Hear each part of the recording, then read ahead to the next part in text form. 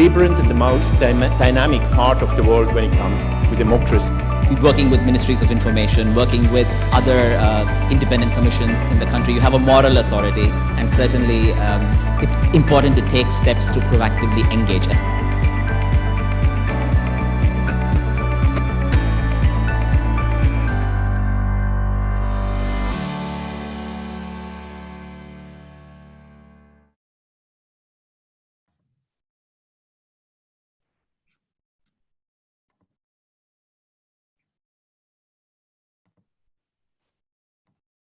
Hello. Good morning, good afternoon, and good evening for all participants from different time zones. Welcome back to the second day of the 5th Asian Electoral Stakeholder Forum, also known as AESF 5.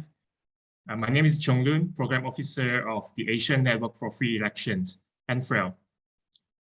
For those of you who just joined today, this is a two-day forum co-hosted by ANFREL and the Association of World Election Bodies, AWEB. And this time we have a theme of lessons learned, the way forward for free elections. The way forward for elections in Asia beyond the COVID-19 pandemic. The video that you saw just now was the recording of the AESF 4, which was the good old day where we could still meet face-to-face in a physical forum. But because of the COVID-19 pandemic, we hold the forum online this time, and we aim to provide all participants a platform to discuss various democracy and election-related issues. So I have shared the program agenda with you in the chat box earlier, which I'll go through with you. So yesterday we had two panel discussions. The first was to discuss the electoral challenges and democratic backsliding in Asia. And another panel discussion, we discussed about the success stories of holding elections during COVID-19 pandemic. So we had different experts from Asia and beyond to discuss this issue with us. And today we have two more panel discussions. One is about promoting electoral reforms through cooperation between EMB and CSO. So we have experts from international organization, from EMB, as well as local CSO to share their experience and expertise on this topic. Then we'll follow by another panel discussion on improving electoral integrity using technology and open data.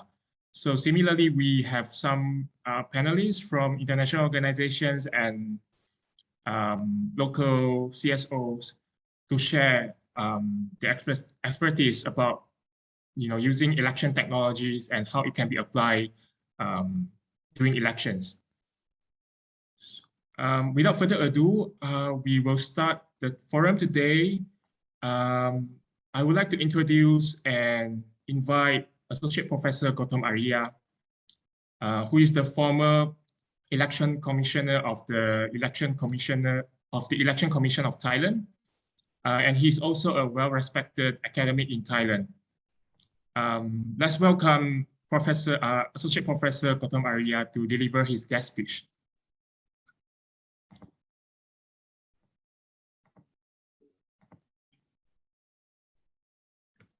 Ajahn Gautam, you may unmute yourself and show your video. Hi, yeah. Okay, can you hear me? Yes, we can hear you. Could you please turn on your video? You can click on the start video button. Okay. Thanks. Okay, we can see you now. You can see and you can hear. Okay, yes, I have prepared my speech, so I will go on presenting it now. Thank you, Mr. Chong Lun. Good morning, everybody, and greetings from Khao Yai, Thailand. I am honored to be with you this morning to share some thoughts on how to improve our electoral system and the conduct of election in our respective country. But before entering into the subject matter, let me bring you your attention that election is part and parcel of a free and fair democratic society. So I shall start with the first question. What are the principles of democracy? The International Parliamentary Council, on its 161st session in Cairo in September 1997, adopted the 27 points Universal Declaration on Democracy.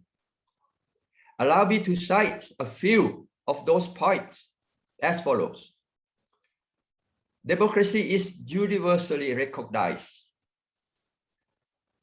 as ideal as well as goal, based on common values throughout the world community, irrespective of cultural, political, social, and economic differences.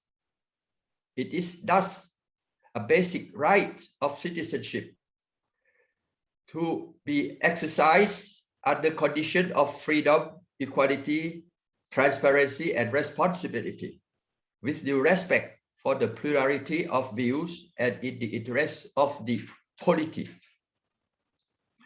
As an ideal, democracy aims essentially to preserve and promote the dignity and fundamental rights of individuals, to achieve social justice, foster the economic and social development of the community, strengthen the cohesion of society, and enhance national tranquility, as well as to create a climate that is favorable to international peace. Election is part of democratic society, so we need to improve our democracy to fit the international norms. It is for democratic institutions like Election Commission to mediate tensions and maintain equilibrium between the competing claims of diversity and uniformity, individuality and collectivity, in order to enhance social cohesion and solidarity. Democracy is founded on the right of persons, of everyone, to take part in the management of public affairs. It therefore requires the existence of representative institutions at all levels, and in particular, a parliament in which all components of society are represented, and which has the requisite powers and means to express the will of the people by legislating and overseeing government action.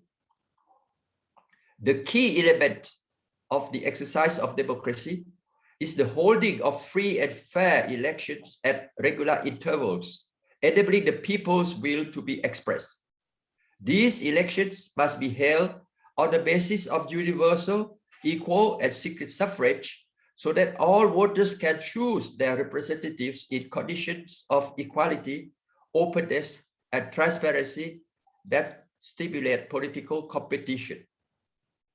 Party organization, activities, finances, funding, and ethics must be properly regulated in an impartial manner in order to ensure the integrity of the democratic process.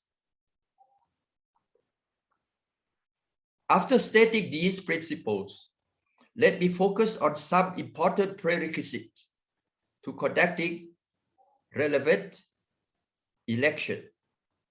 First, freedom and freedom of expression.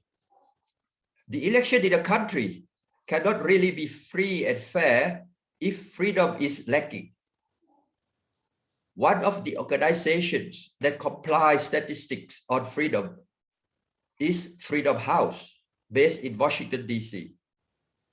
So let us have a look at its report of 2021. In Asia, there are many countries. There is one country, Japan, and is another territory, Taiwan, considered free, whose score is between 70 and 100. Those considered partly free with a score between 40 and 69 include Bangladesh, Cambodia, India, Indonesia, Kyrgyzstan, Lebanon, Malaysia, Philippines, Singapore, South Korea, and Sri Lanka. Needless to say that for other countries in the region, either there are no data available or they receive the score of 39 or less, thus classified as not free. So many countries in our region are viewed from that Freedom House as situation where freedom in general need to be improved. As our efforts are gearing toward free and fair election, let's have in mind that political freedom at large in our country is important too, and we need to improve the country context so that the specific goal of having free election is ascertained. I would like to give another quotation from the above mentioned Universal Declaration of Democracy on Freedom of Expression as follows. The state of democracy presupposes freedom of opinion and expression. This right implies freedom to hold opinions without interference and to seek, receive, and impart information and ideas through any media and regardless of frontiers, unquote. More specifically, I would like to refer to the Declaration on Free and Fair Elections, unanimously adopted by the International Parliamentary Council at its 154th session in Paris in 1994. The points related to the freedom of expressions are as follows.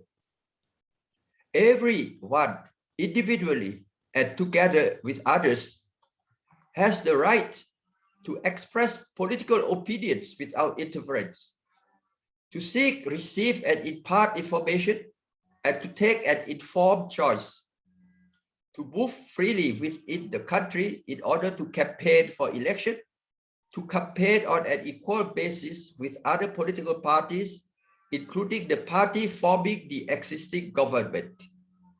Every candidate for election and every political party shall have an equal opportunity to access to the media, particularly the mass communications media, and I would add also the social media, in order to put forward their political views. In time of elections, the state and its organ should therefore ensure, first, that freedom of movement, assembly, association, and expressions are respected, particularly in the context of political rallies and meetings. Second, that party and candidates are free to communicate their views to the electorate, and that they enjoy equality of access to state and public media. That parties and candidates, that the necessary steps are taken to guarantee non-partisan coverage of state and public social media. I wish that the participants of AESF 5th here present will continue to work harder to ensure the freedom of expression, for ensure that freedom of expression is guaranteed. My second point, the rule of law. An important factor that contributes to the good conduct of election is the rule of law. Here again, I would like to quote from the Universal Declaration on Democracy to emphasize the importance of law to ensure fair election. Quote, judicial institutions and independent, impartial, and effective oversight mechanisms are the guarantors for the rule of law on which democracy is founded.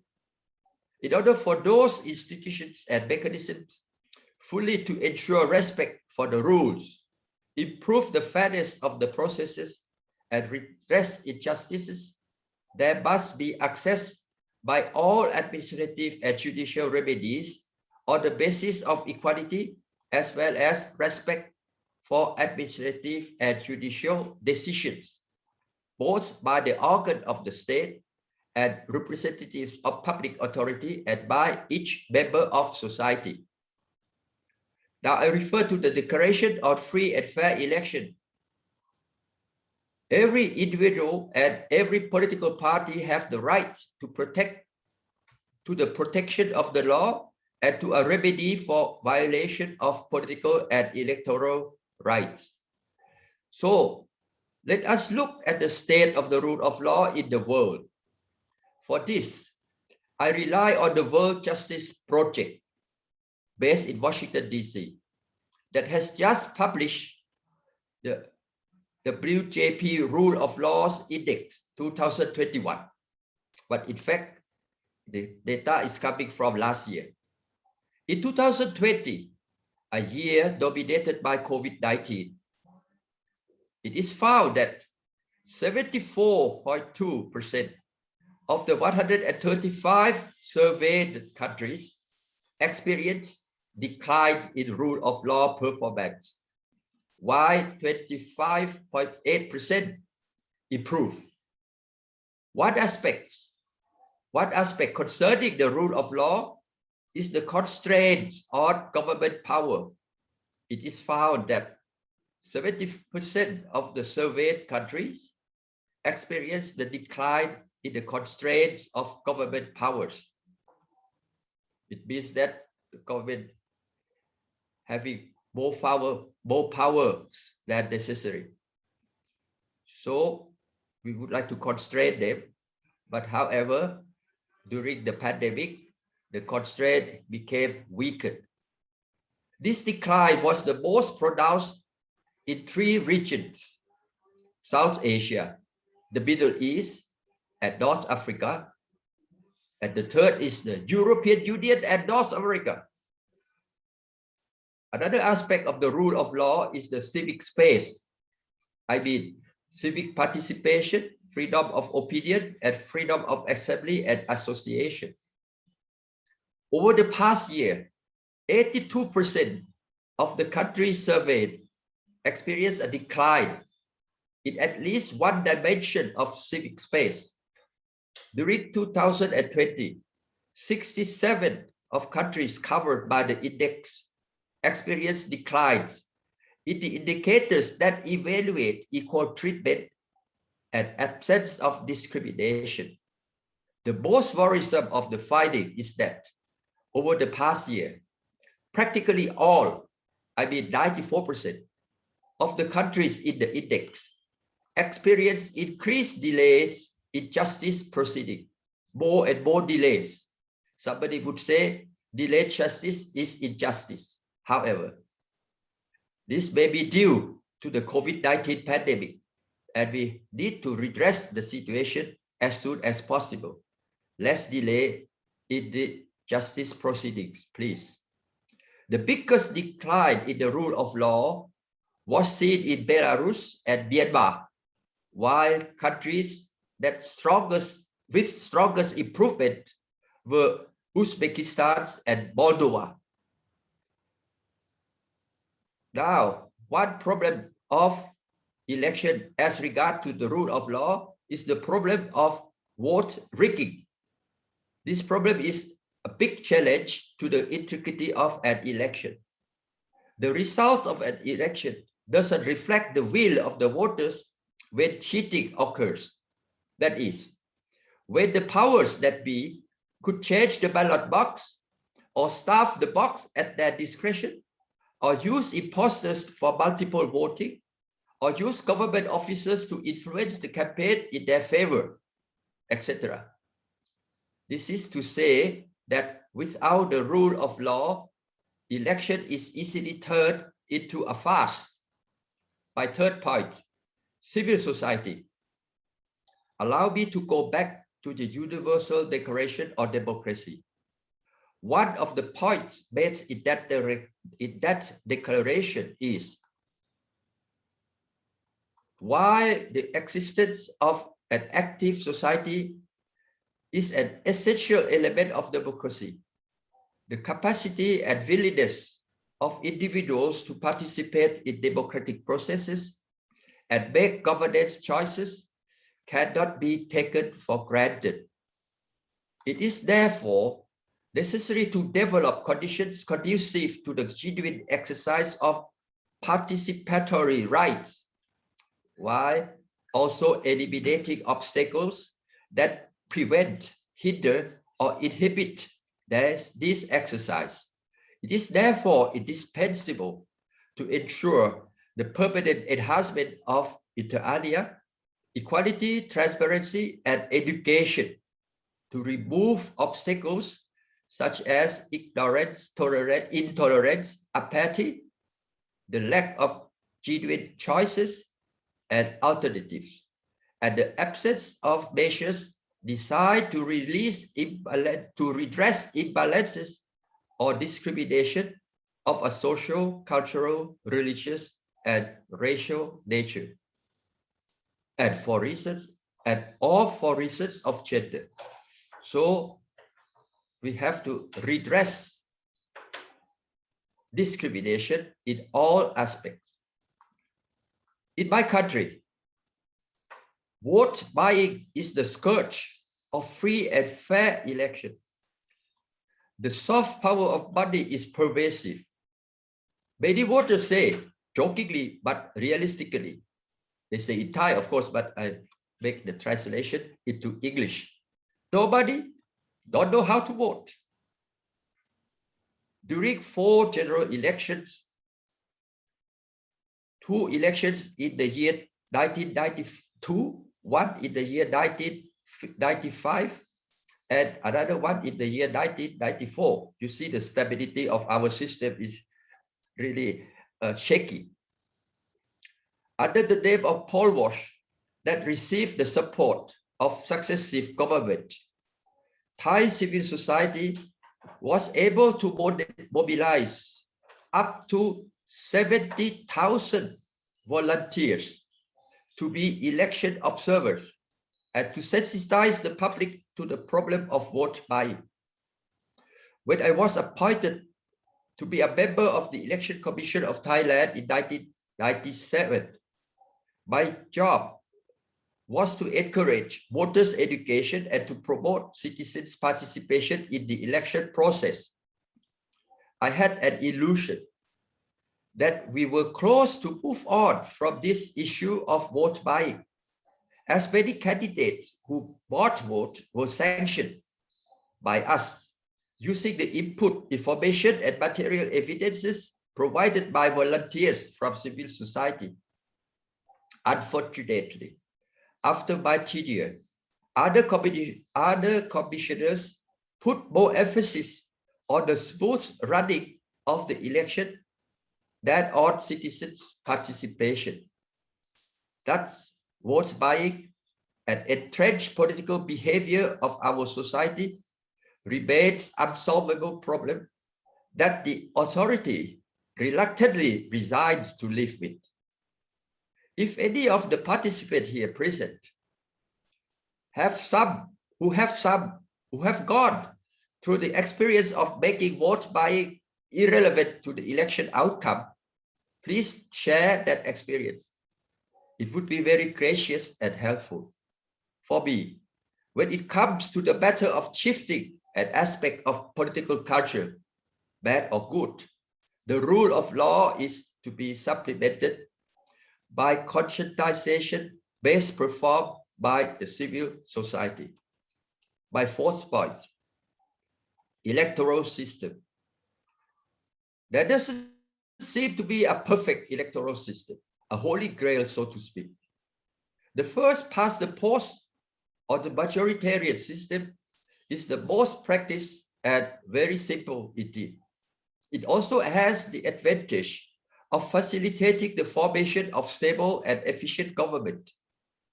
Another of its aspects is to favor big parties, and the country that adopts the system for a long enough time would see the number of relevant political parties reduced to 3 or 4.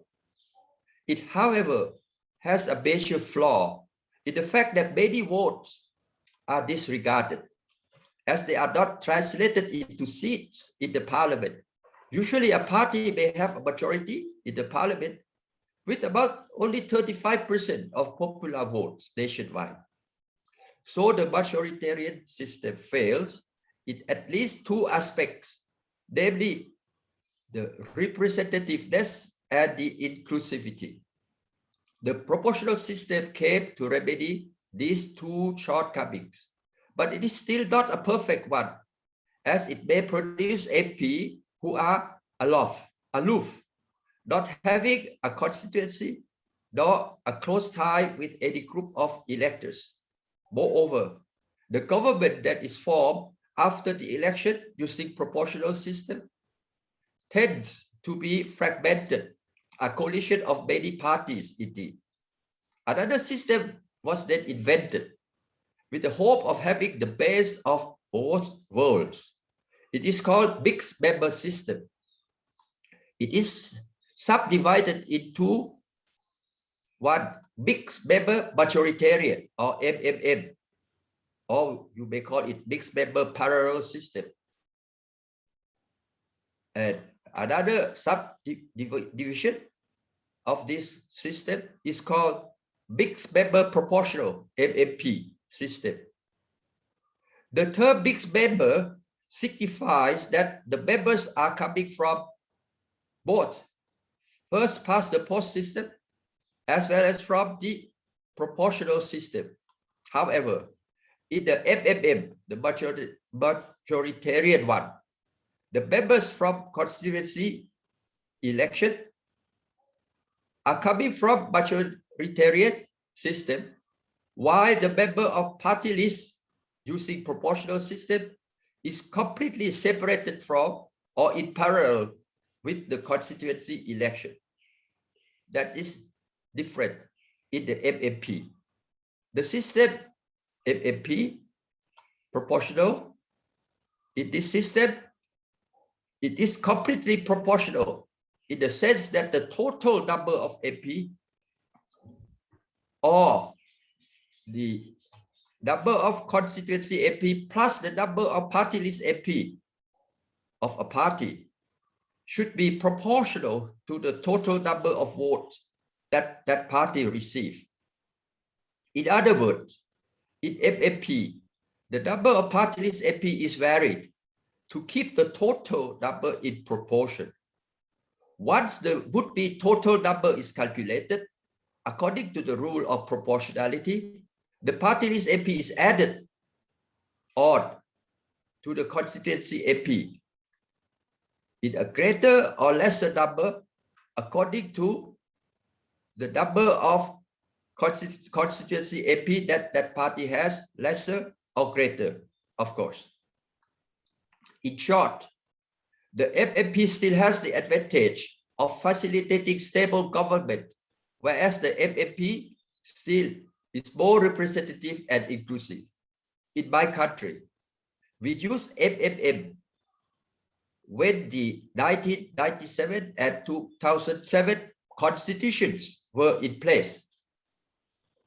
With the 2019 constitution, we change one every 10 years, you may notice. The MMP system was implemented in the first general election. But now the constitution is being revised to return to the MMM system.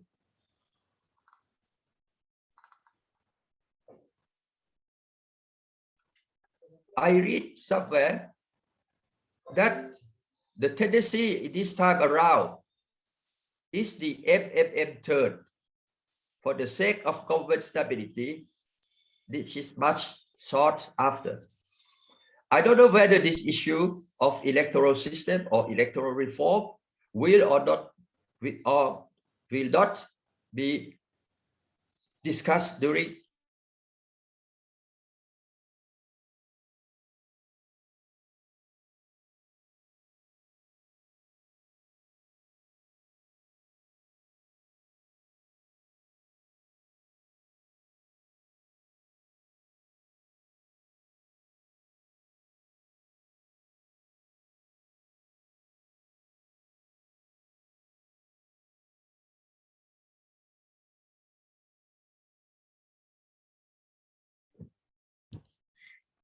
I think Associate Professor Gautam's internet has some problem. So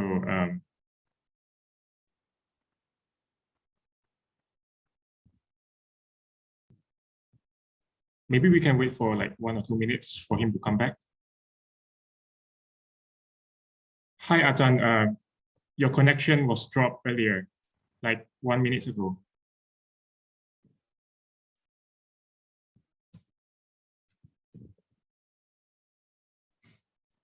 Yeah, could you please unmute? Oh, what happened? Hi, yeah, the connection was cut like about 1 minute ago. But can you hear me? No. Yes, I can hear you now. It's perfect. Good. Thanks. Sorry. So I continue.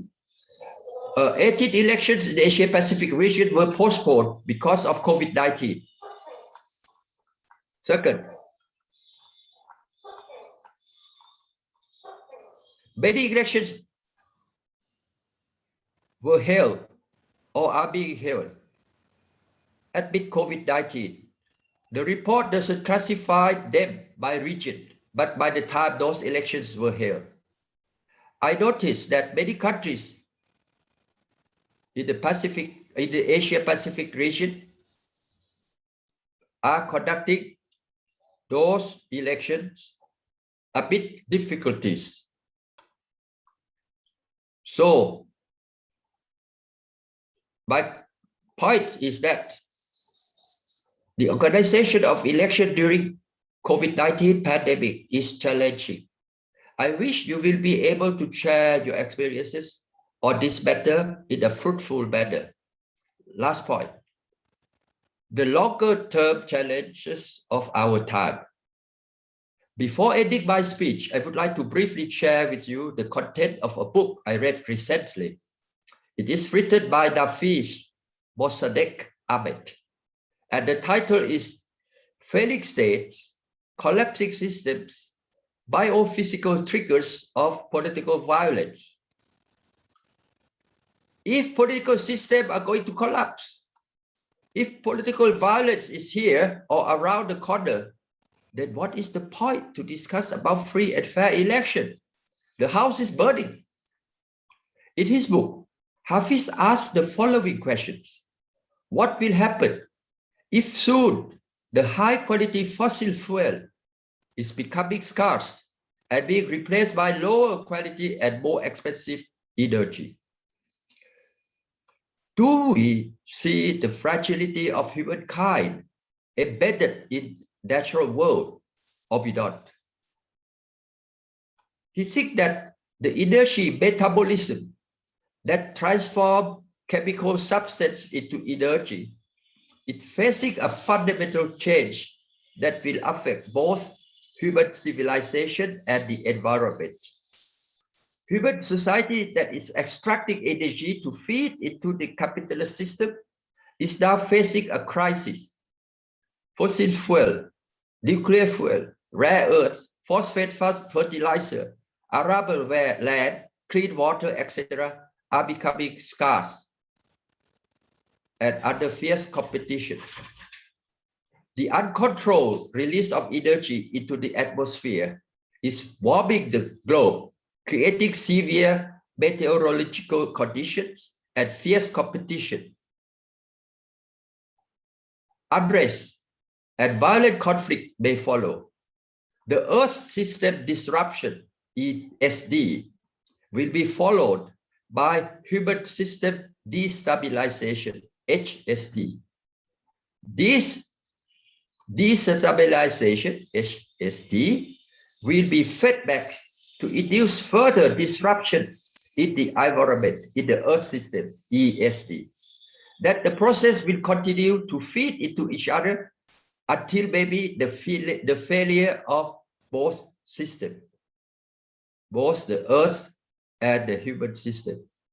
So the questions that I would like to ask, do we have enough time and enough wisdom to think about alternatives to this gloomy scenario? None of us can alone provide the answer.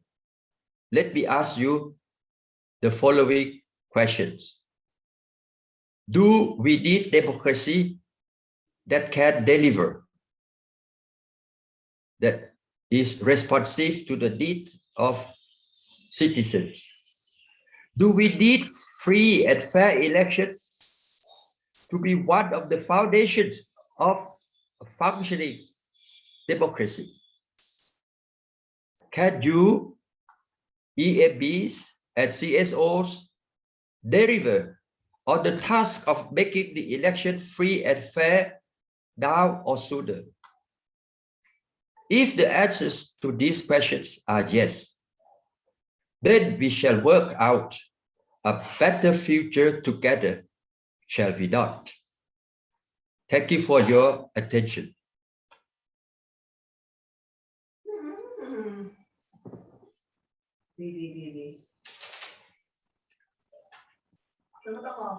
Thank you very much, Associate Professor Kotom, for the very insightful speech. We will now move on to the first panel discussion today, entitled Promoting Electoral Reforms Through Cooperation Between EMBs and CSO. So this session will take 1.5 hours.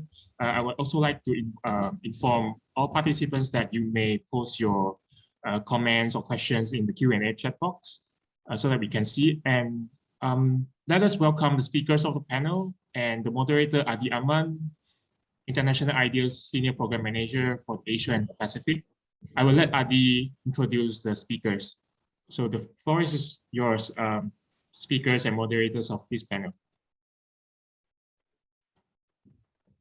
Thank you very much, Shung Lun. My name is Adi Aman. I'm from International Idea, and welcome to panel number 3. And at this panel, we'll be discussing electoral reform through cooperation between electoral management bodies and civil society organizations.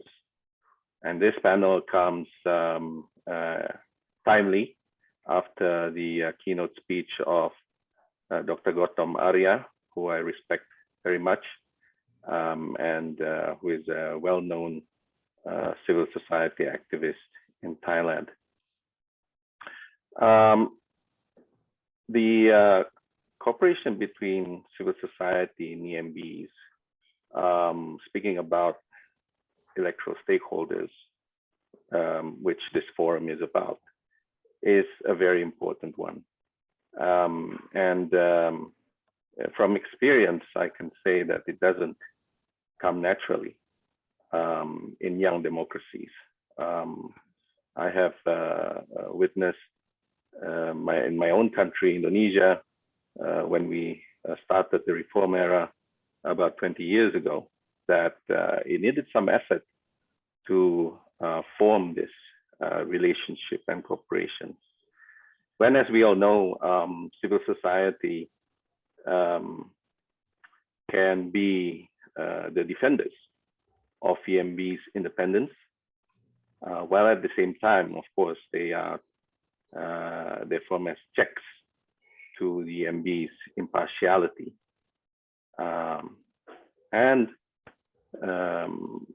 Pertaining to the topic of our panel, civil society can also be drivers of electoral reform, but they cannot work alone. They need to work hand in hand, and EMBs are one of the most natural partner in this. When we started working in Bhutan, for example, just after their second ever elections, it takes some time to convince the EMBs that it is important to involve the participation of civil society activists and organizations, seek their views in the performance of election administration. More recently, when we worked in Fiji, even though Fiji is not a new democracy, but it was a young democracy having come out of authoritarianism. It also takes a bit of effort to promote a working positive relationship between EMBs and civil society organizations. So, this is why I would hope that through this panel and the discussion that ensues, we hope we can hear success stories of how this relationship could be cultivated, because through these success stories, in my opinion, would catalyze the formation of similar relationships in various countries. So without further ado, I would like to introduce our speakers. And I will introduce them in the order in which they will be speaking. So we will start from speaking more broadly, and then afterwards we will look at specific countries' experiences. Therefore, the first speaker is Ms. Melika Atic, and I congratulate Melika for her recent promotion as Regional Director for Asia Pacific at the International Foundation for Electoral Systems, IFES. With over 20 years of experience across the nonprofit and private sectors, Melika oversees implementation of a diverse portfolio of electoral assistance, human rights, and democracy building programs across the region. Since joining IFES in 2012, Melika contributed to a wide array of electoral assistance projects, including building the world's largest national voter database in Indonesia, supporting the first local elections in 20 years in Nepal, and re-establishing IFES's presence in Sri Lanka.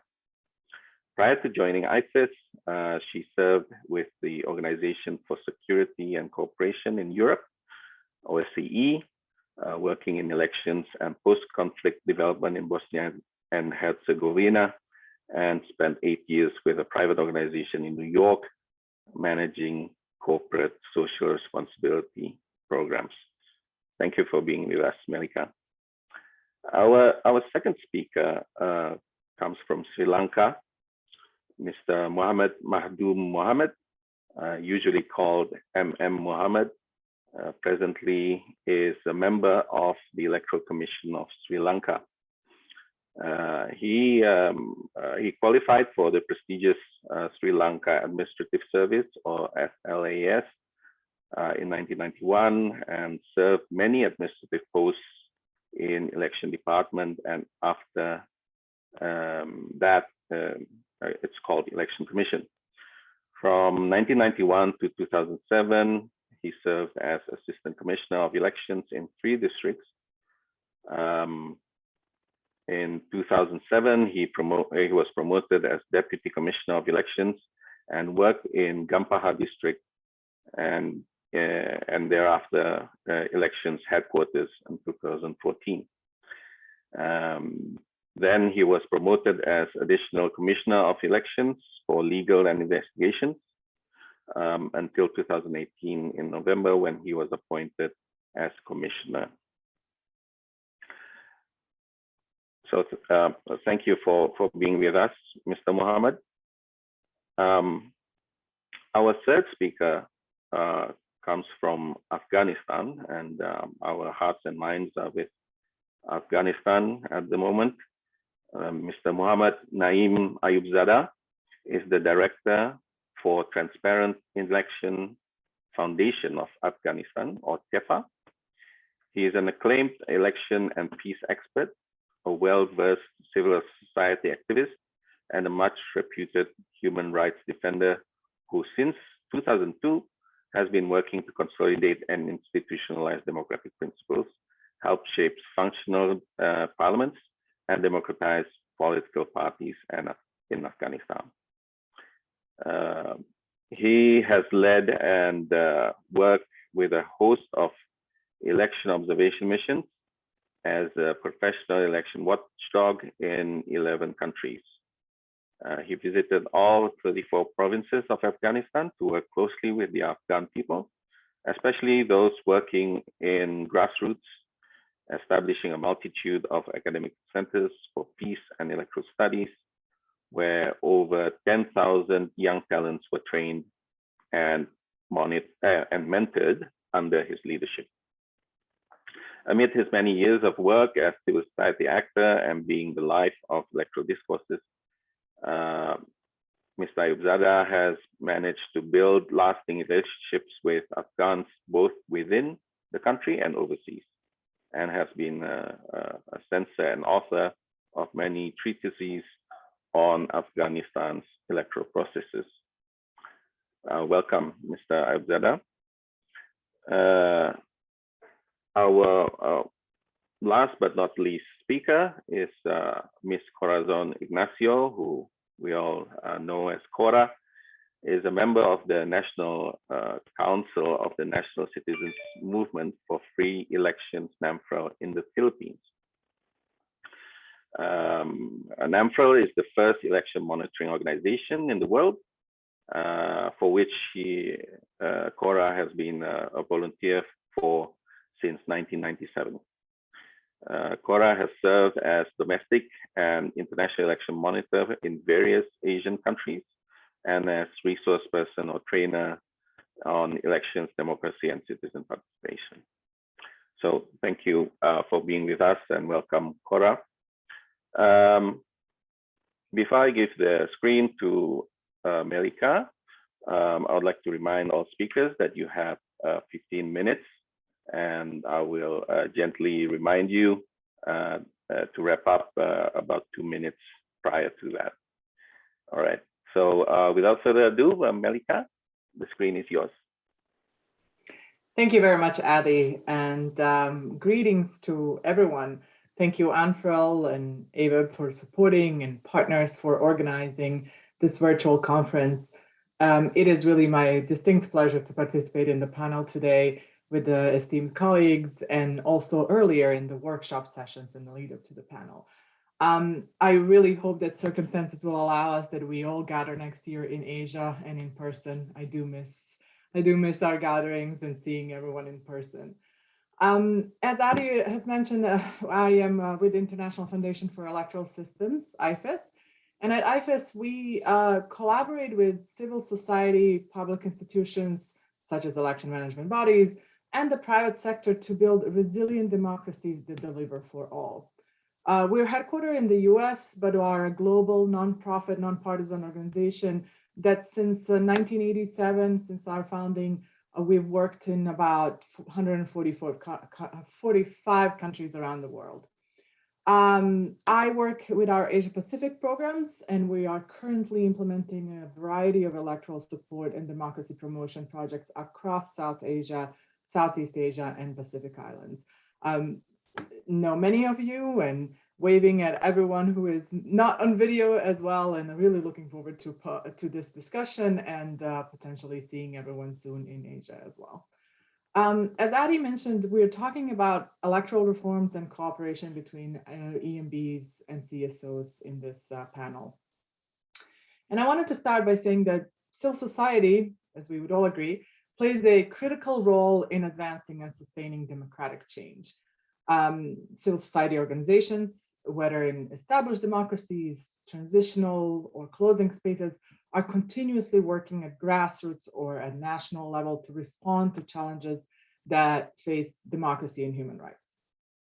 Through our experience, we have seen how electoral processes can directly benefit when EMBs specifically bring together CSOs, political parties, and the media, among other stakeholders, to engage in meaningful and sustained multi-stakeholder dialogue throughout the electoral cycle. This not only improves transparency and accountability, but it also brings important perspective to the electoral processes, perspective that might be otherwise missing from just within the EMB.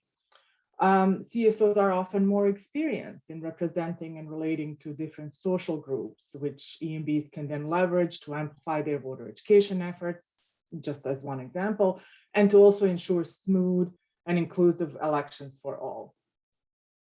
So from all that, I mean, it is inevitable that that cooperation between CSOs and EMBs is not just important, but also serves as a trust building exercise.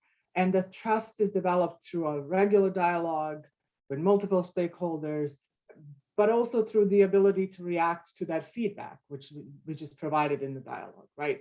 So, of course, the EMB's ability to incorporate this feedback will depend on the legal and regulatory framework in which that specific institution operates, but also on the timing of the consultations of the reforms needed.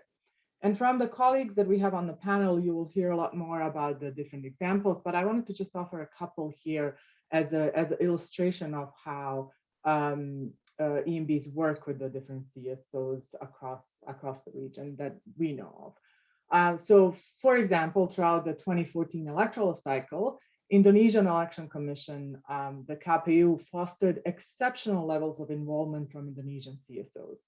CSOs provided input, feedback, policy advice, and the KPU was able to extend the scope of its own outreach efforts by partnering with civil society organizations.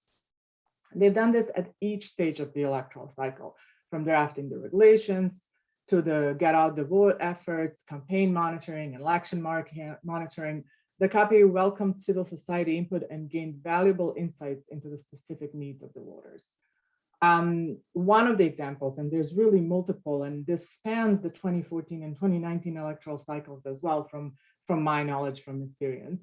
But for one of the examples, just very briefly, is that the KPU cooperated with the Center for Access of Citizens with Disabilities, PPOA Pencha, to provide civic education for persons with disabilities and gather input on electoral procedures to ensure an election that was accessible for all.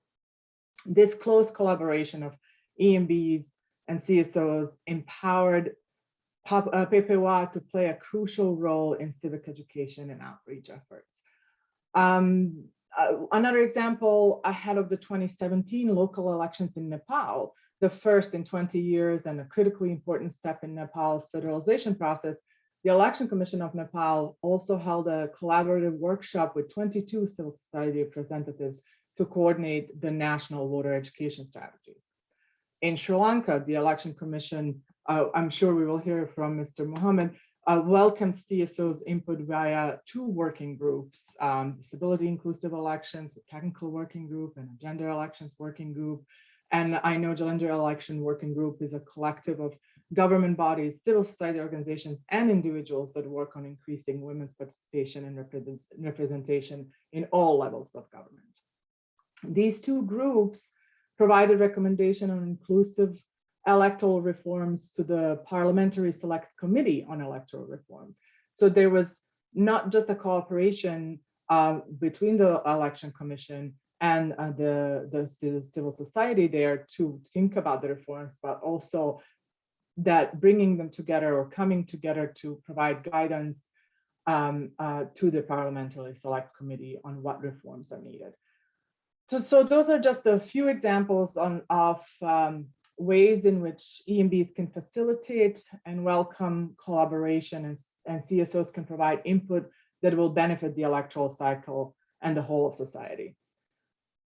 I would also like to mention briefly, or turn back to the second portion of thinking through the collaboration and the reforms, and that's the timing and operationalization of the reform process itself.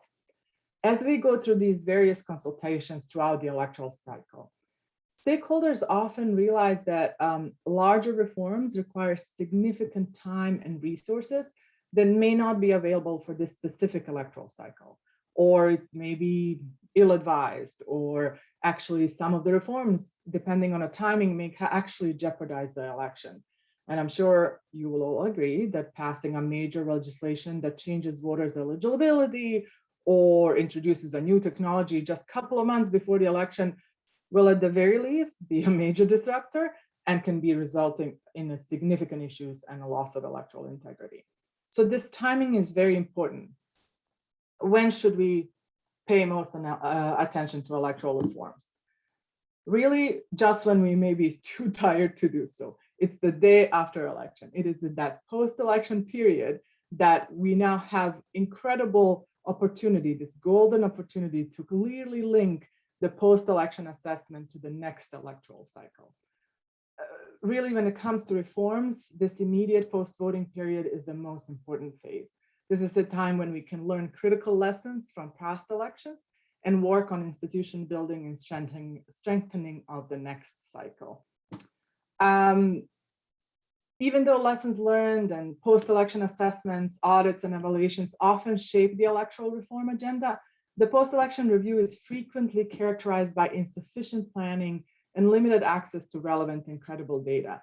It is also common to see that these lessons learned and post-election assessments run as one-off events and sometimes fail to include representatives of key stakeholders in the process. So what I'm trying to say is that in this period, EMB should really work again with multiple stakeholders to tabulate these post-election review recommendations coming from observer groups, some advocacy points from different key stakeholders, discussions on either legal or electoral reform. They should review objectives and indicators in the strategic plan and really think through, with help of the data, how the next cycle can be improved. In that case, the purposeful and deliberate effort of post-election assessment can be utilized to find common ground and local ownership of the reform agenda across political and institutional divides. EMBs, we've seen this from experience. I'm sure people have seen this themselves, have done it themselves, undertake these post-election reviews very differently across the region, across the world, as do electoral assistance providers. I mean, us organizations, IDEA, IFS, and other election assistance providers have different methods for doing the post-election reviews. Most of us are also struggling with election fatigue just after the election and just want to get well-deserved rest from the pressure of the last 12 to 18 months. But instead, we should really make sure that that assessment is part of a well-designed, inclusive process that applies both quantitative and qualitative data and not just a one-off event. And it actually informs the future electoral cycle. It may also require forward planning to ensure that funding is available for activities and reforms, not just in the immediate lead up to election, but throughout the cycle. So I think, Adi, I'm actually under my time, which I'm willing to give to people. I just want to leave us with two big takeaways from this topic, at least from my side. Enable, encourage, and advocate collaboration across all stakeholders. It will increase integrity of the electoral process and ensure enough time for reforms and utilize post-election assessments to get head start on bettering the next electoral cycle. I look forward to questions and discussion, and over to my colleague. Thank you very much for that overview, Melika, and also with concrete examples and good examples, success stories. So thank you very much for that. Our next speaker is Mr. Mohammed, Commissioner Mohammed from Sri Lanka. Just a kind reminder, you have 15 minutes and the screen is yours. Thank you. Hello, good morning. I am Emb Mohammed, all of you know, the member of the Election Commission of Sri Lanka. In Sri Lanka, the Election Commission was established in 2015. Earlier, it was the Election Commission from 1956 to 2015. The second Election Commission is going on now. Actually, the Commission of Election is conducting the all 5 elections in Sri Lanka: presidential election, parliamentary election, local authorities elections, provincial council elections, and referenda. All are conducting under the separate laws, and also that there are stakeholders like the social service organizations like the FAFRL, CMBV, and others. So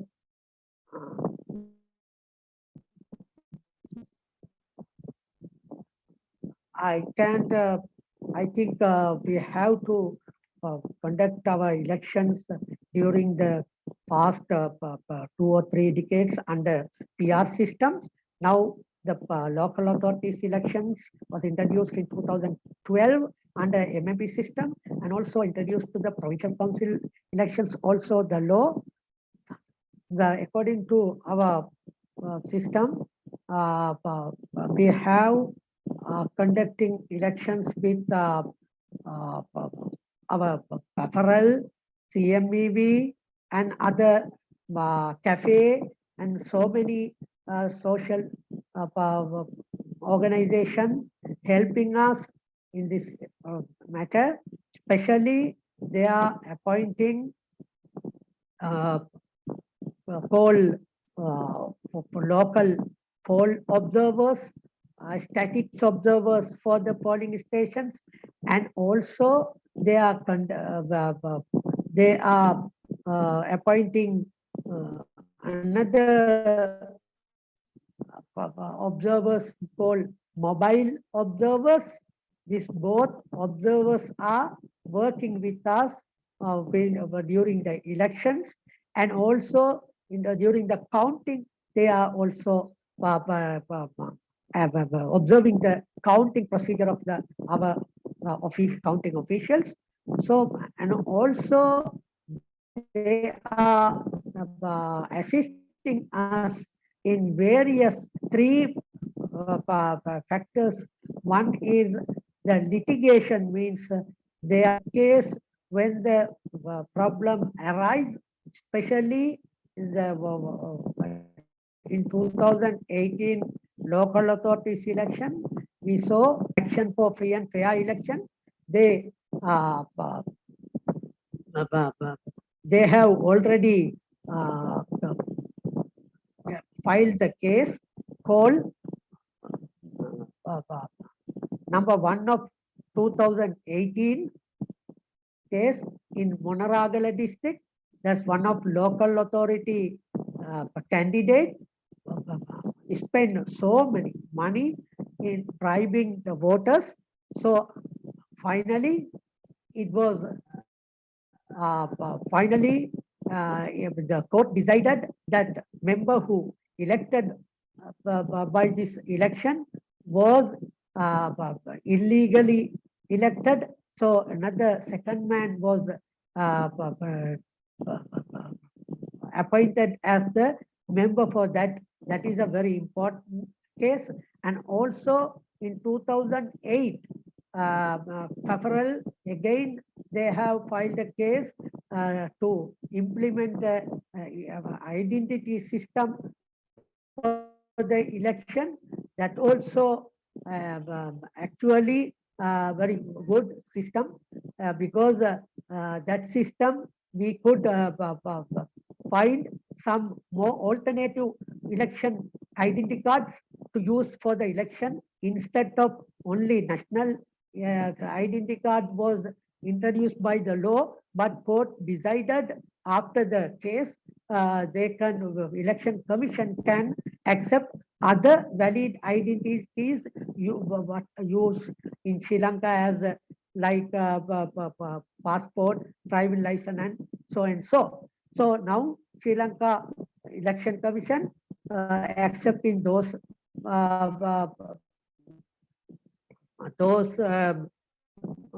identity cards, and also issuing temporary identity cards also. This was happened after the case was filed by the PFRL during that period. So this is very, both cases are very important cases. And also we are conducting some awareness programs, voter awareness programs during the election and the post-election, and also pre-election periods with the help of the assistant of the election, this PFRL and CMEV, both very famous CSOs in Sri Lanka in the election field. And also they are helping us, especially to make awareness other officials, especially youth, disabled voters, and also the women participation in this matter. Also, they are assisting us, and also, but in Sri Lanka, there is a problem in the legal system, because there is no any provision accepting the monitoring or observing the poll by the CSOs, but election commission, after the using the discretional power of it, taking steps to take assistance from the CSOs and involve in this electoral matters. Especially the constitution of Sri Lankan constitution, article number 104B says, the preparing elections, preparing the voters register and the conducting free and fair election is the main powers and duties of the local election commission, but it is not limited to that. Both preparing of election, voters list and conducting of election, the duty area of the election commission is extended beyond that limitation, so we can conduct awareness programs and we can make an appropriate, suitable environment to conduct free and fair election under the law. That is due to this article, election commission take many steps to associate with CSOs in the election matters. Earlier, it was only allowed as a polling observers, but after that, we allowed them to be in the statics observers in the counting also. And also, Sri Lanka inviting most international observers, especially Commonwealth, Asian authorities of elections, AEE, and also the ANFRL, the organization which is conducting our this webinar successfully, and also other FEMBOSA, means Forum of Election Management Bodies of South Asia, and also AWEB and other etc. Many international observers, European Union, also one of the main international observer coming to the especially national elections. We are deploying them for counting and local polling matters in monitoring and observing duties on those days. And also the election commission has discussion with CSOs in regarding the electoral reforms, especially our government has already appointed a parliament select committee to recommend the electoral reforms in future. We discussed with the PAFRL and CMEV before the submission of all of our proposal to the select committee, and also I think it should be continued even after the this matter, because there should be some amendments, especially financial combined finance, and also some early voting systems, and also some systematic change in electoral process. You know, I think we are 2 or 3 systems in Sri Lanka. For local authorities is conducting under MMP, Parliament is conducting under PR system, and also the even the provincial council has recommended for the MMP system. It was already stopped due to some legal problem.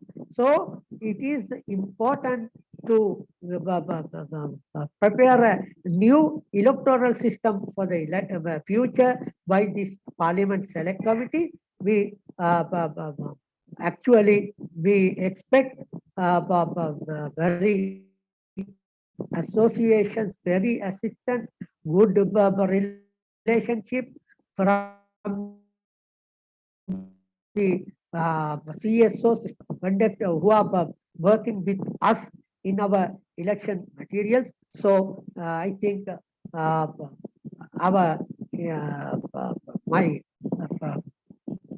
presentation is coming to end now. I'm going to give you chance for the discussion.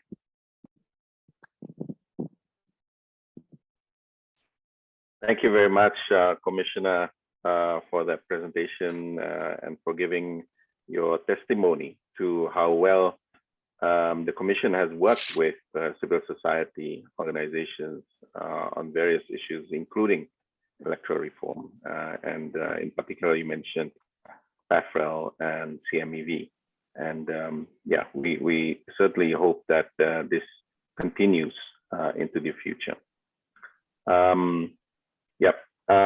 This is, it's now time for our third speaker, Mr. Mohammed Naeem Ayubzada from Afghanistan. The screen is yours. Go ahead. Thank you so much, Adi, and highly appreciate the efforts. And I would like to also thank ANFREL for such a timely event on elections, which is needed, especially at Asia, as well as the global level. We wish to have the next events, physically, that we can have a chance to meet each other and persons. As you may know about Afghanistan, that there is no democracy anywhere, and the regime collapsed, and our achievement for the last 20 years changed equal to zero, kind of.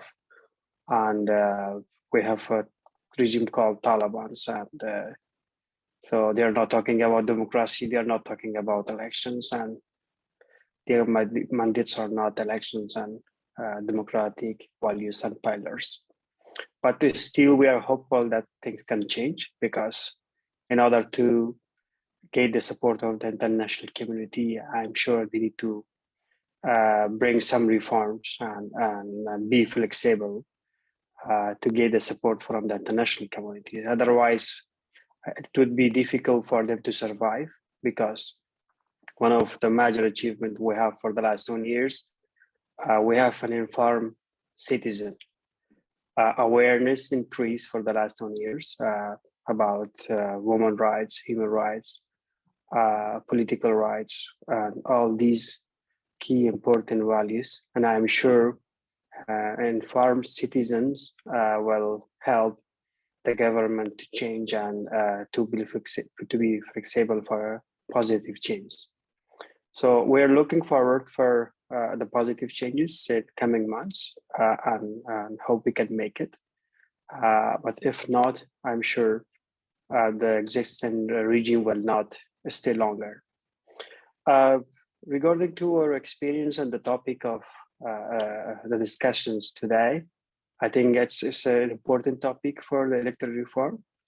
And we have rich experience for the last 20 years. And we should recognize this, because we were not there alone. We had international players from around the world, and we had the local players. And there were a lot of focus on Afghanistan democracy. And this is why it's a rich experience. So we used a lot of experience from other countries. We used our own, and we practice, and we come up with the new ways and methods and mechanisms to engage as a stakeholder in the process, and how we can cooperate together for a better election. But when there are challenging elections, there are a lot to learn. That's, I think, the principle for all democracy and for all countries. We in Afghanistan, we focus on electoral reform on two areas. One, on the performance of the electoral management bodies, how they perform during the elections and later on.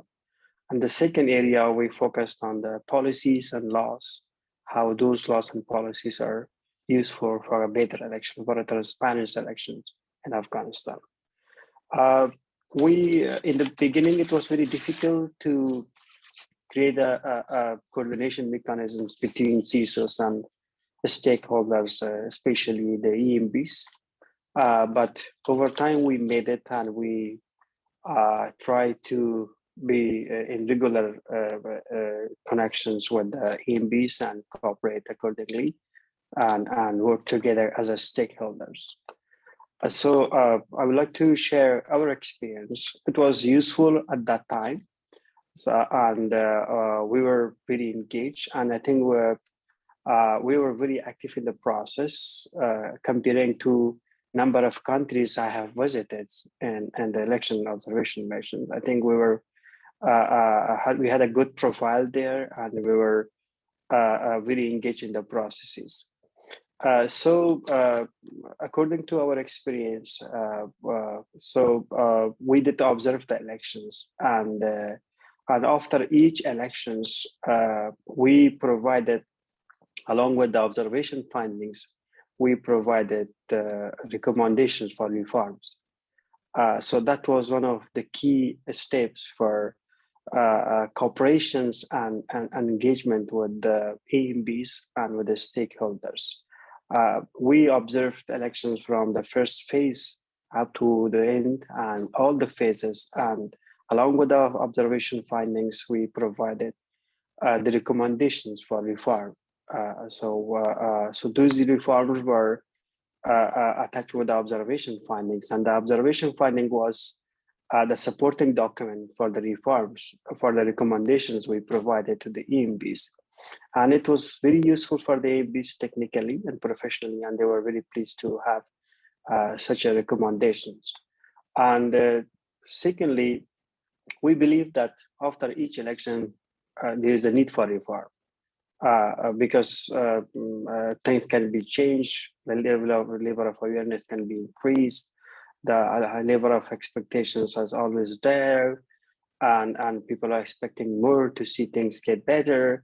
So this is why we had the method to provide AMBs and work with the AMBs and cooperate with the AMBs with a written recommendations on the electoral reform on two pieces: one on their performances during the election cycle, and second on the legal framework, which were policies and laws existed for our election in Afghanistan.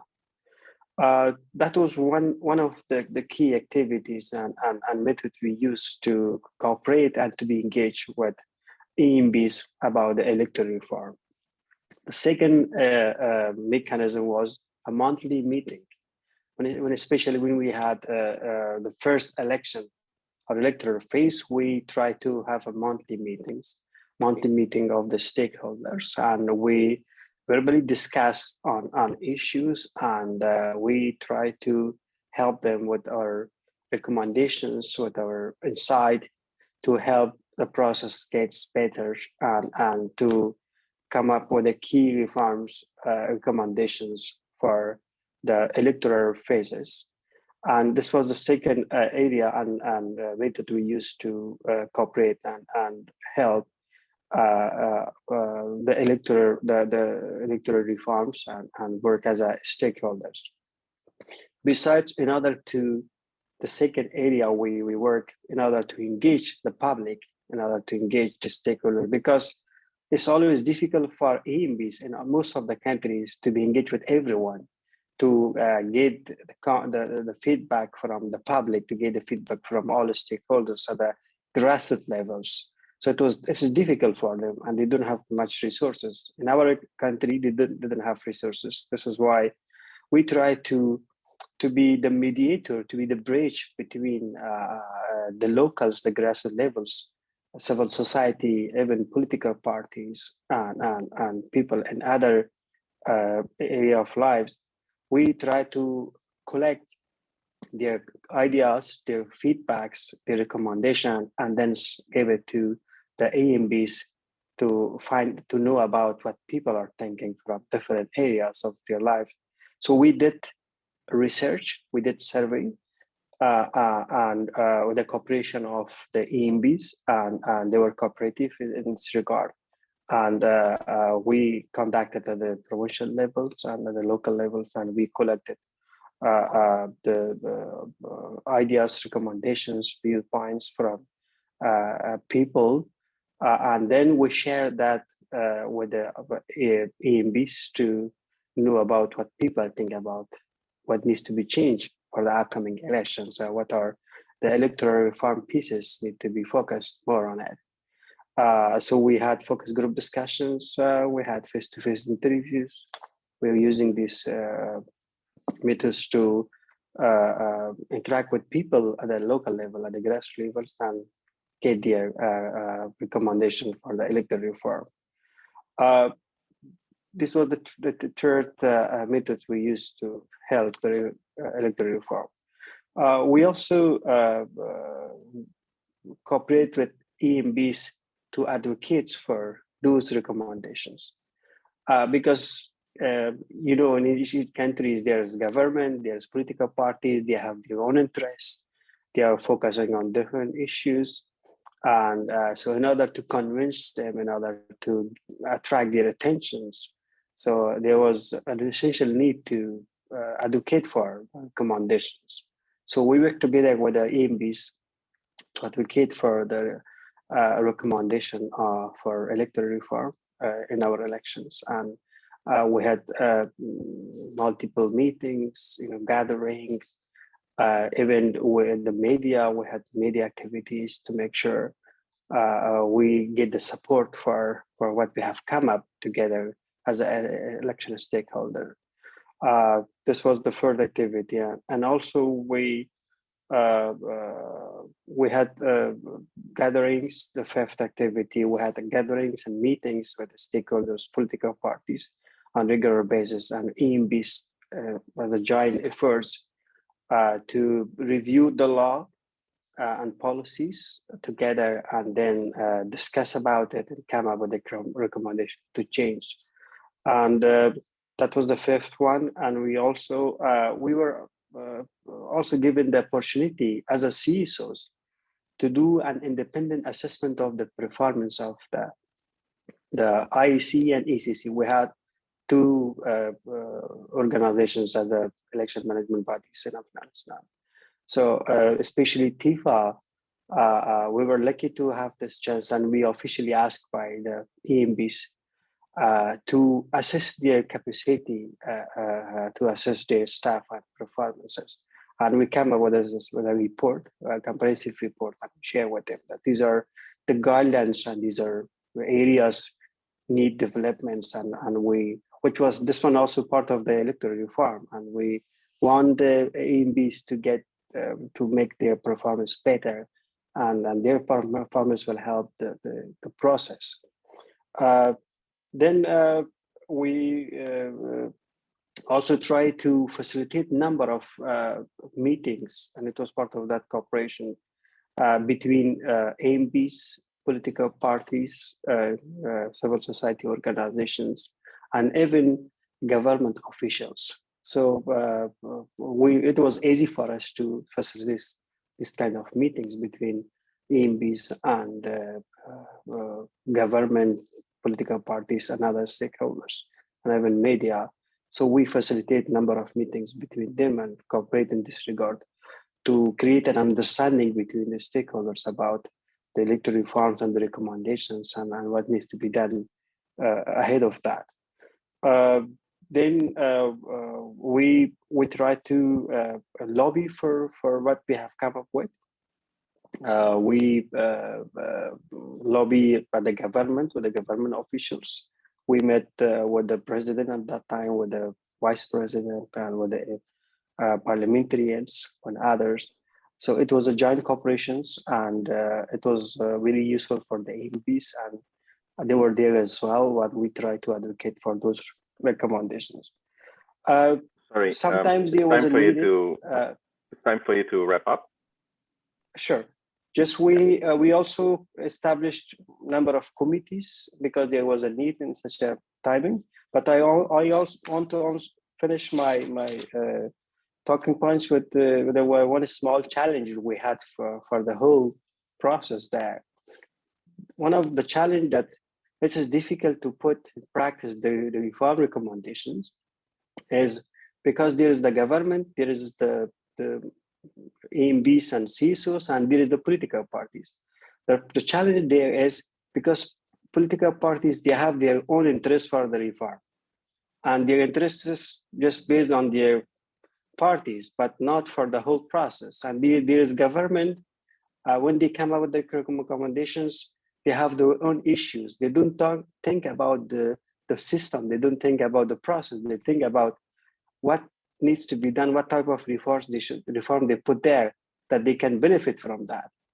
So, but Embs and Csos, they were in partial independence to come up with a reform which helped to strengthen the system and the process. So this was a challenging part, which was always a problem for us to convince the government and political parties that let's strengthen the system and the process. Thank you so much, Adi, for giving me the time, and sorry if I take much of your time. I will be, if there are any questions, I would be more than happy to answer. Thanks. Thank you very much, Naeem, and you finished right on time, actually. Thank you very much for that. And we certainly sympathize with what happened in Afghanistan, and I'm intrigued by what you said, that things may change, and if not, the regime will not stay for long.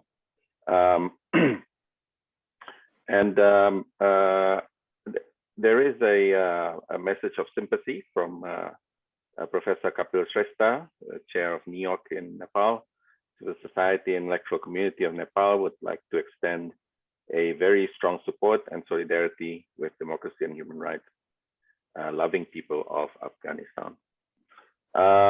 Yeah, certainly that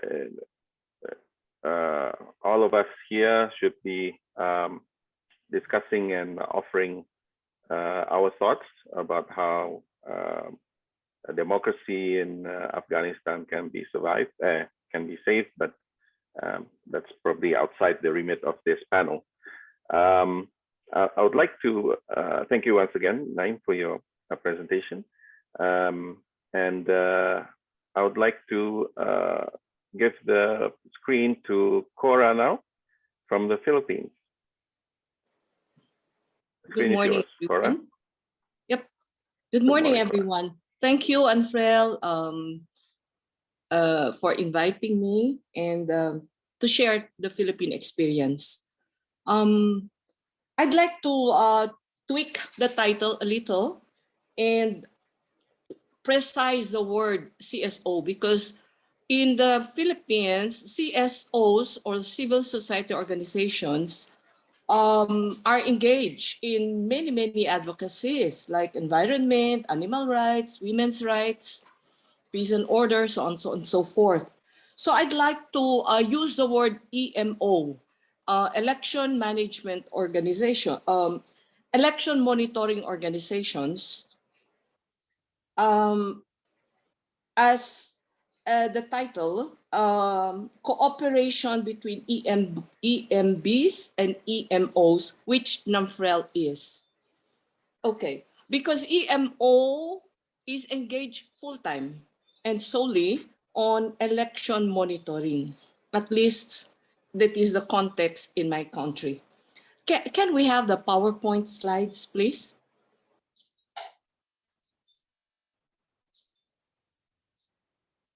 So the title is, next slide, please. Okay. Basically, EMBs and EMOs have more commonalities and differences. We have the same mission. We are pursuing the same goal, which is orderly, fair, free, clean, honest, safe, and credible elections. I underline the word safe because particularly in the 2022 election exercise, this will have the component of ensuring safety, health and safety of the voters in view of the COVID-19 threat. So this is one challenge which our COMELEC is looking at to ensure that the elections will be safe for the participants, every participant. The EMB and the EMOs are bound by the same standards of good performance. We both aim for competence, independence, inclusiveness, accountability, and integrity, that we will have credible elections. The COMELEC is an 80-year-old organization. NAMFREL is a 38-year-old organization. So we could assume that both of us are operating with our own respective level of competence, one in managing elections and the other one in monitoring elections. Both of us, we would like to believe, are independent, operating independently. And when you say independent, the interlopers would be the, politicians, the vested interest groups. Inclusiveness is we'd like to involve everyone, the marginalized sectors, particularly in the election. Accountability and integrity is the acceptance of being accountable for the result of the election, and if there is a mistake, to own up to the limitations. And integrity is, of course, the acceptance of, to ensure that the results are clean and honest. Next slide, please. Interestingly, we have the same boss, the voters. It is not the, when you come down to it, the exercise is all about the voters. One single vote, or all the 63 million votes, have this surface, the way the voters voted. And we have the same enemies. Our enemies are the cheaters, the violators, the fake news purveyors, the vested interest groups, delays, apathy of the voters, apathy of, of everyone who would like to subvert the process. And we have the same constraints, resources, communication facilities, geography. We feel for our COMELEC because in the coming, in the 22-22 budget, our Congress cut down the budget for the elections, and we are helping the COMELEC make representation with our Congress, which is in charge of approving the budget, to what do you call this? To supplement what has been approved. Communication facilities, because we are running an automated election system, which is vulnerable to the failures or limitations of communications. And of course, geography, the Philippines is archipelagic, so the terrain is very uneven and far in between. There would be areas in a province which can be reached only by a bangka 5 hours away. Okay, next slide, please. The Philippine experience, EMB and EMO dynamics. Our Commission on Elections is a constitutional body which was created in 1940, which means it will be 81 years old by now. 81 years old of experience running national and local elections. Aside from this, it runs referenda and special elections.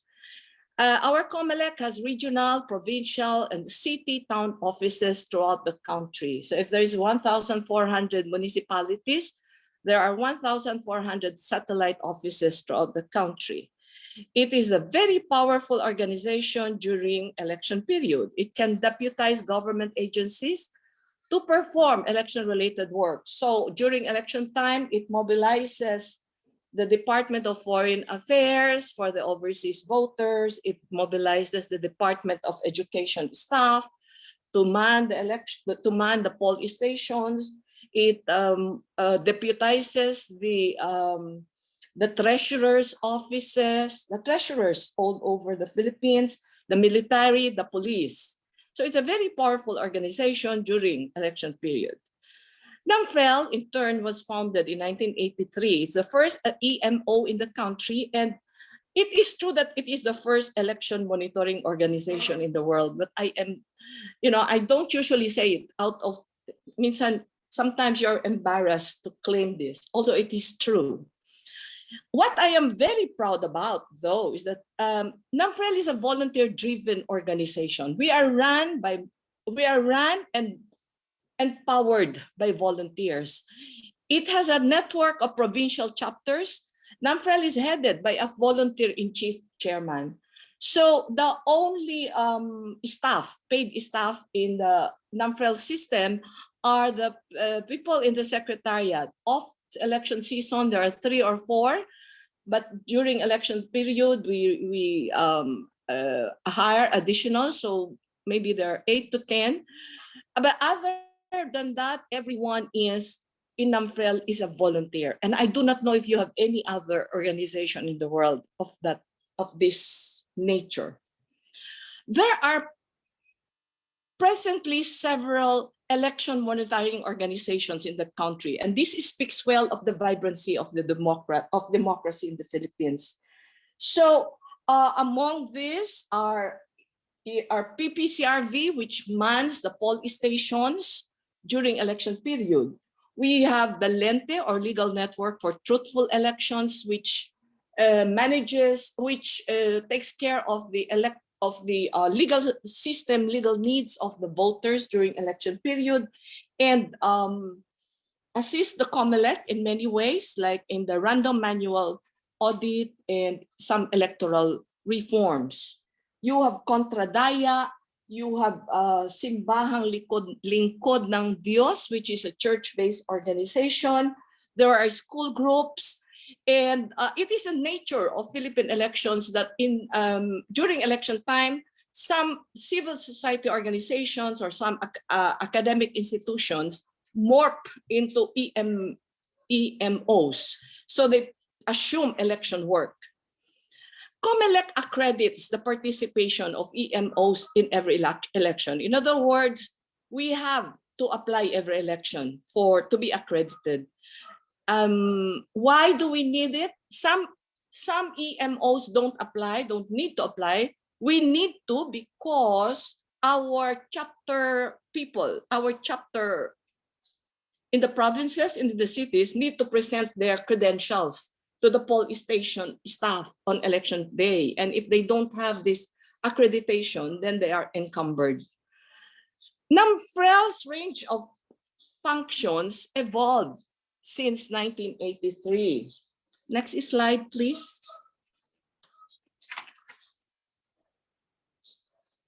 So on the left side would be the independent work, election day observation in poll stations, voters' education, parallel vote tabulation, advocacy of electoral reforms, open election data. And I would like to point out that the start of NAMFREL is in parallel vote tabulation. This is where we all started. In 1983, PVT, it is known in our country as the Operation Quick Count. We wanted to verify the results of the election. That was way back in 1986 election. NAMFREL count was very different from the COMELEC count at the time. NAMFREL's count was registered in a big blackboard in a big gymnasium. And whereas the COMELEC count was registered in a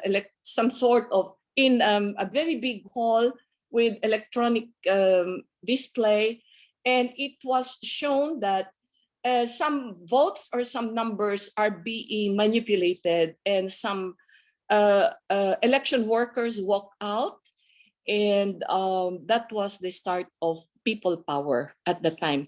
Of course, this has no bearing on the COMELEC now, but at the time, 1986, there was a blatant manipulation of the election count. On the right side would be the monitoring of the various stages. As has been pointed out earlier, election is a cycle. It is not a one-day event. So the EMOs monitor the voters list, the election environment, meaning the peace and order, the campaign, the use of state resources, campaign expenses, election protests, automated election system, media coverage, so on and so forth. So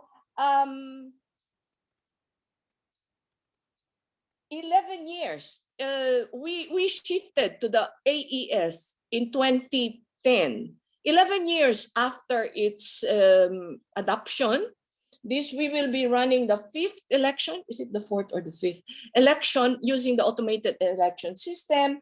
And like a bratty brother, we still insists on pointing out some of the limitations, some of the improvements, some of the provisions of the law that have not been fully implemented.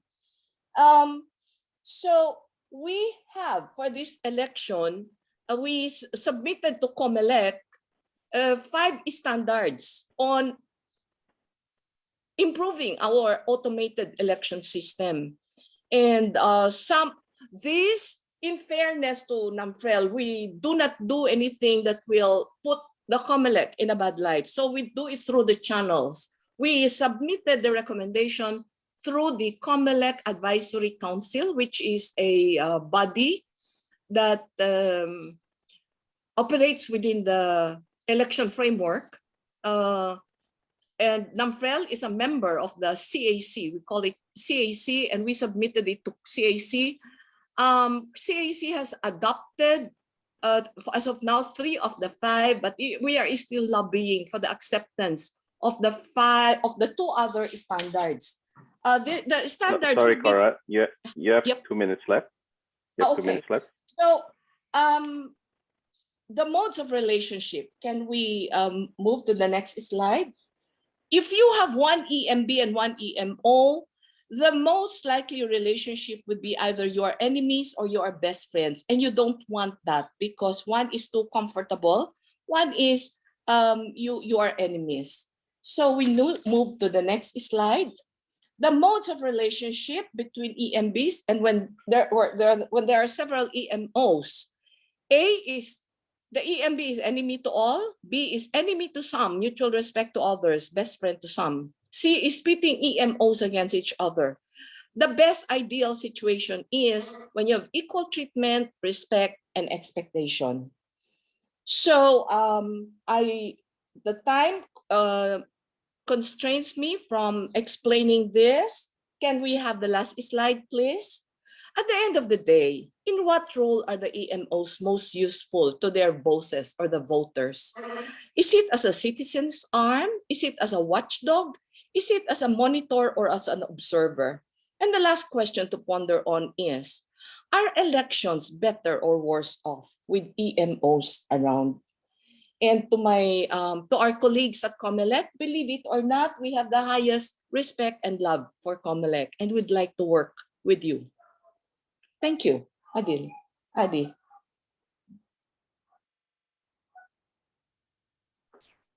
Thank you very much, Cora, for bringing to fore the election monitoring organization term, which is very specialized.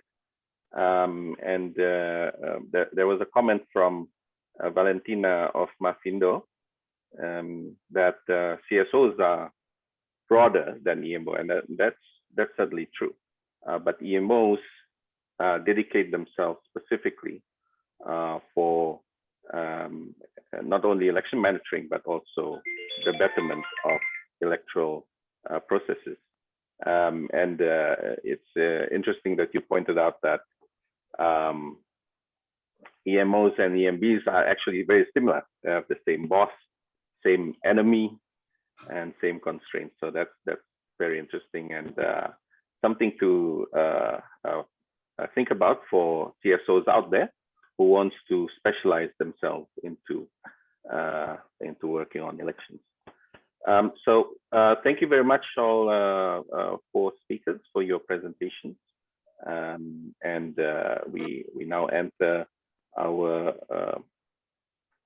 discussion period. We have about 20 minutes, 20 to 25 minutes for discussion. And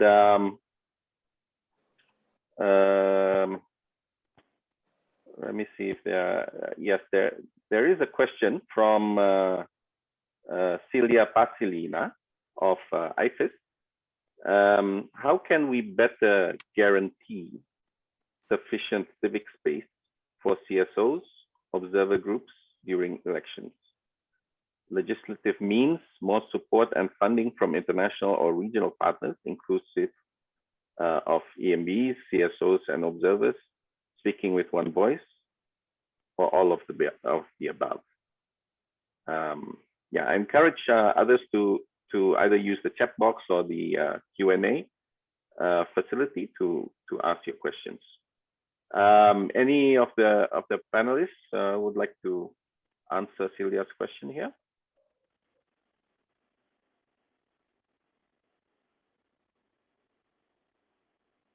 Who would like to start? I think I can start, although I would be interested to hear from sure. Our colleagues as well. I think this is a good question from Celia, in a sense that it gets to that point of we can absolutely encourage collaboration or have EMBs that are incredibly receptive to CSO's advocacy, or as Ms. Corazon was talking about, this integration almost with COMELEC that organizations have in the Philippines. It's really just a good practice. But what happens when that civic space is shrinking for civil society organizations, which is happening as well in our region? I think continued work on reforms, as we were talking about reforms right now, right? And as we're seeing, if the space is shrinking, working with civil society organizations to advocate for that space to not go away. All of the above is basically in Celia's question already: more support and funding from us, from international partners, from the governments as well. Everyone in these post-election assessments and evaluations and audits and recommendations really coming together and speaking with the same voice for the betterment of that specific electoral process in the country would be very useful. We've seen success that disability people's organizations specifically have had in some closing spaces, and we're able to have discussions and bring advocacy efforts forward with governments that were not as receptive to input from civil society organizations on different topics. So there may be some lessons learned from the specialized bodies such as disability people's organizations that advocate for a specific right, and then maybe collaboration with election CSOs or monitoring organizations that would maybe bring forward some success stories on that. So yeah, I don't have a specific answer, but it's a good question, and it's one that we should continue thinking about. Naeem? Thank you, Malika. If I may. Who wants to add? Yes, Naeem, go ahead. Yeah, because 20 years experience somehow enable us to come up with an answer, because we're having the CSOs, or the election observation organizations.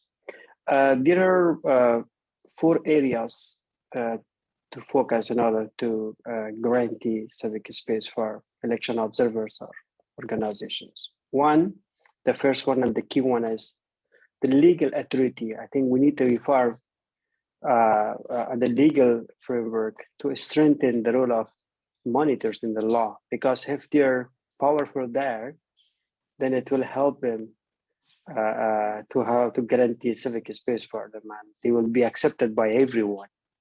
One of the issue was the name of observer or monitor. I think this is one of the issue. In our law, there was observer. The observer role is much different compared to the monitor. So if we could have monitor, that will strengthen the role of CSOs and pave the ground for observer organizations to be there and have a great civic space. The second area is international community support, especially countries like us and even in Philippines. I mean, the support, not only providing funds, but also intellectually support the CSOs, their roles in the process from the international standard point of view, that they should be there and they should be a kind of approval for the transparency of the electoral processes by the international community. The third one is, I think if they are very engaged with public, the public support is very important, and there should be a trust building between election observer organizations and public. And if they have the support of the public, so the space will be there for them to, and they can be there, and the space can be guaranteed for them, and they can do their job accordingly. And the fourth one, I think the support by the government. Most of the time, there is no support by the government. The support, if the government support the CSOs, I mean the election observer or monitoring organizations, then it is easy for them to be there, and they won't face shrinking space. And I'm sure there will be a great opportunity for CSOs to work freely and to observe the processes. So these are the four areas, but the most important is the legal part, because if the role is strengthened and the legal framework, it will help the rest of them. So it will give them an identity that they are important in the process. They are part of the process, and they can be a good approval for the transparency of what's going to happen by the election management bodies and by who is managing the whole process. Thank you. Yes. I also Thank you, Naim. Yes, Commissioner, go ahead, Commissioner. Yes. I think in Sri Lankan electoral law, there is no any provision regarding the observation or monitoring of the election.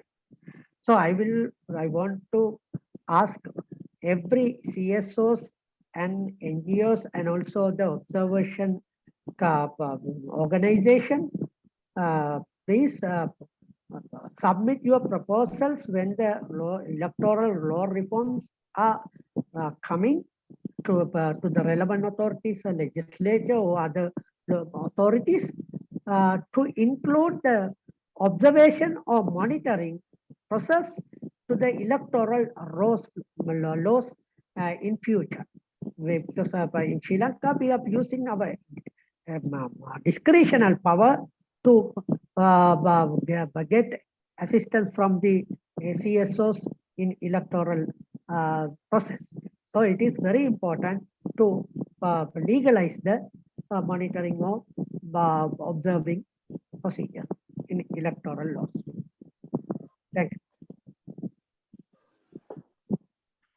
Thank you, Commissioner Mohammed. Cora, would you like to weigh in? I don't know if this is relevant. We have a coming election in May. That should be about 8 months from now. The environment is very, very, very noisy. Notes from mainstream media, notes social media, everyone is talking about something else. You know, you have a crisscrossing of communication. And that is my worry, that no one, well, firstly, we have responsible media outlets. We have the Rappler with Maria Ressa as the head. And we have Philippine Center for Investigative Journalism. we have Vera files. So we have 3 organizations that somehow, analyze the data points coming from all directions and are looking, so on and so forth. Other than that, you have everyone wanting to have access. So that I think our COMELEC is shutting its ears already and do not know who to listen to anymore. That's why the more legitimate electoral reform proposals and lobbyings are cast aside, because it gets so many feedback from all over. And this is my problem in this coming election. Unless somebody filters or traffics the conversation, or unless someone has a supernatural power to really, put together the many inputs, data points coming from everywhere, you don't know who to listen to anymore. You don't know what is electoral reform. You do not know what is an input to the process. You do not know what is an input to cheating. You do not know what is an input to evaluating the best candidates. You don't know. You're just too inundated with so many news. That is my. Seems to me. Yeah, it seems to me you're saying that there's a big space already, but what's needed here is how to compartmentalize or analyze better the information that's in this how to big sort space. Sort the information in this big space. Right, thank you, panelists. I'd like to move on to another question. And this question from Professor Kapil Shrestha is requires a long time to answer, I think. It's about electoral systems in Nepal. But I would like to put it this way to you panelists, that electoral system reform is one of the favorites of all reforms. And how, in your experience and of your knowledge, can CSOs and EMBs work together effectively in facing electoral system reform?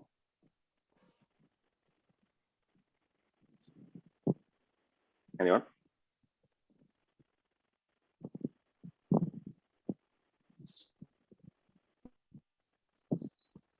If there's no one, I may come up with an answer. So go ahead. I always prefer to be the last, so but if no one, I would like to say something about it. I think it's very important questions, and electoral system is the backbone of the cycle, and it's very important to have the right electoral system for each country. It depends on the nature of the country, and the people, the nature of political parties, and the government there. But the issues, whenever we are coming with a reform recommendation for the electoral reform, I think we need to come up with a list of criteria. That's okay, why and what's the need for the reform of the electoral system. I mean, it's really important because political parties in each country is different.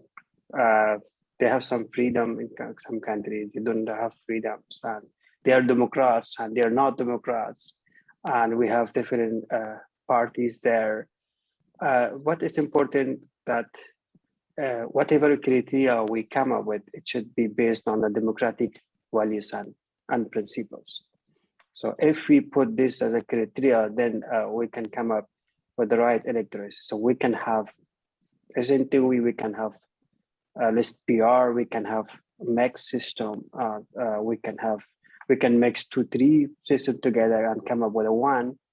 But the important is how the electoral system help the whole cycle, that help the voters to independently vote there, encourage the political parties to play the key role there, and somehow it helped a better a responsive, accountable government in the country.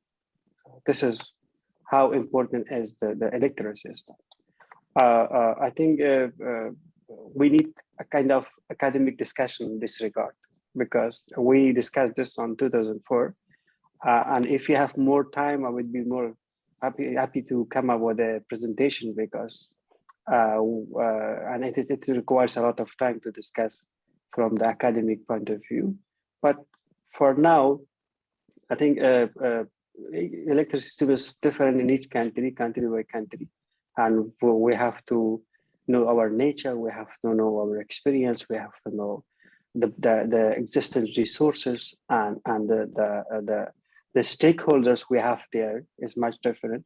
So based on these realities and facts, we have to choose the electoral system which is feasible, which help the democratic process in our country. And if I may add, Adi, I just want to add another plug to what Mr. Naeem just said, also like a feasibility study and a multi-stakeholder discussion, right? Because this is our topic, and this is where we're seeing some successes. And this is not necessarily a story I want to talk about the electoral system reforms, but it's electoral reforms, like a wider sweeping legislative change that we've seen in several countries over the last 20 years. And the successful ones, ones that have resulted in very strong electoral processes, have had this multi-stakeholder consultations in various different iterations, and a lot of advocacy that came in collaboration between election management bodies, if they're independent election management bodies that are able to promote a certain legal efforts, and civil society organizations. Indonesia being one of them that I know about, and there was a coalition in 2 different cycles, coalition of civil society organizations that combed through the entire electoral law of every clause in the election, in several election laws of Indonesia, and proposed reforms, worked with the Election Commission on reforms that needed to be proposed to the legislature. So this is a really concerted effort. In Pakistan as well, an omnibus election law was created as a collaborative effort between public institutions and between civil society organizations. Nepal as well had an opportunity, and Election Commission of Nepal actually is somewhat almost uniquely, to my knowledge, I don't know many election commissions that were able to input electoral laws as they were being created, like into actual election laws. So not the system, but in the election laws. So in Nepal election law, you can see some really interesting and good examples of quota systems for increasing women's representation. Some really good examples come out of Nepal actually within that ability, where Election Commission can provide input and work with the stakeholders to provide really best practices. It's a really great opportunity to do so and to have a larger buy-in if at all possible. And also another plug for timing, do it early. Allow yourself 4 years of testing, piloting, figuring out if this works, reforming, consulting. Doing anything 5 minutes before elections is going to just be problematic. I also would like to. Actually, very quickly, Commissioner, because we are running out of time. Okay, only 2 minutes. Actually, the electoral system, changing of the electoral system is depending on the experience gaining from the electoral systems which were earlier, like Sri Lanka. We had a FPP system from 1990 to 1977. We had so many experience, and there were identified so many shortfalls in this system. Then the government in 1977 they introduced PR system. In 2011, again 2012, again the system was changed to the local authority system from PR to MMP. So it is depending on the experience of that country, and also when the effective electoral system will be implemented, the CSOs must submit their proposal, and they have to maintain a good relationship with the legislators, otherwise lawmakers. Otherwise, it is impossible because they have to give their opinions to the lawmakers appropriately. Then it will be implemented successfully. Thank you very much, Commissioner. Before I close, I do want to raise one question. We've been talking about promoting electoral reform through cooperation between election management bodies and CSOs, and this assumes they want to work together. Now, there is a question from Sue Win in Myanmar that as of the possible scenario of Myanmar, if the junta organizes the elections in 3 years, how can CSO safeguard the rights of people without acknowledging the junta-appointed election commission? In other words, here's an election commission that the people don't approve of. What happens then? Anyone?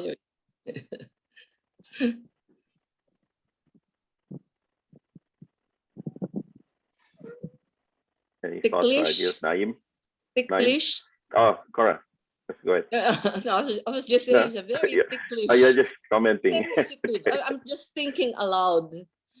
Ticklish, sensitive, unfortunate. And maybe wait for 2 years. Some things may unfold. Okay. Naeem? I can say welcome to the game.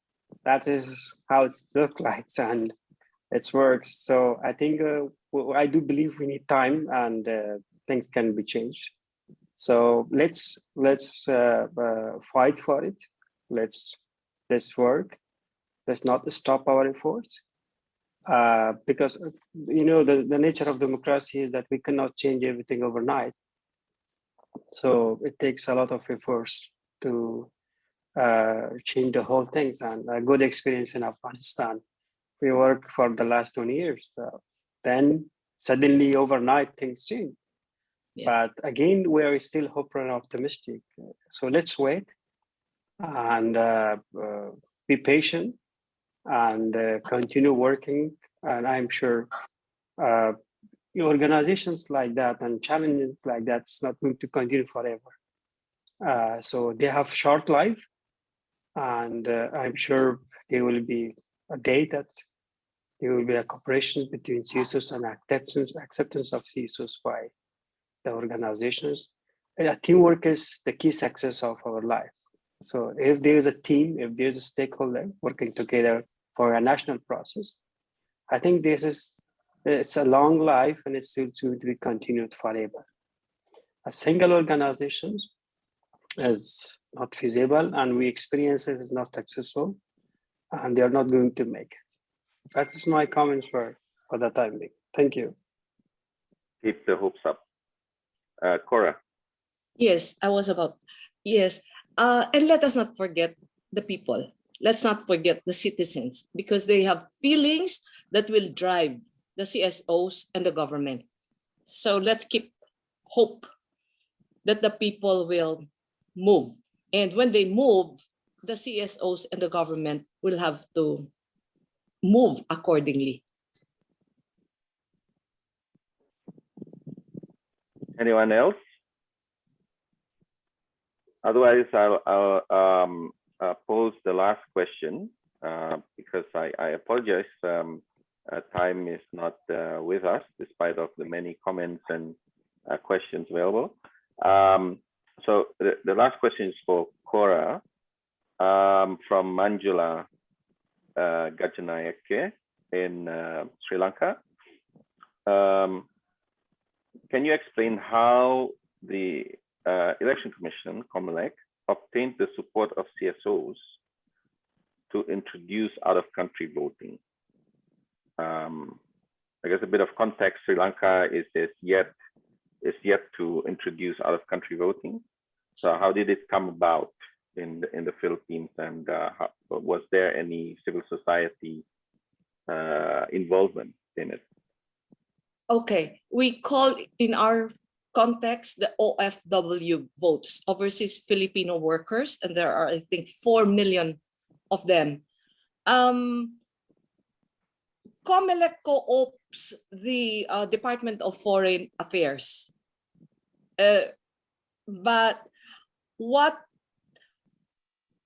I know is that in the past elections, COMELEC has requested NAMFREL and other EMOs to observe, to have their chapters in various countries to observe the election.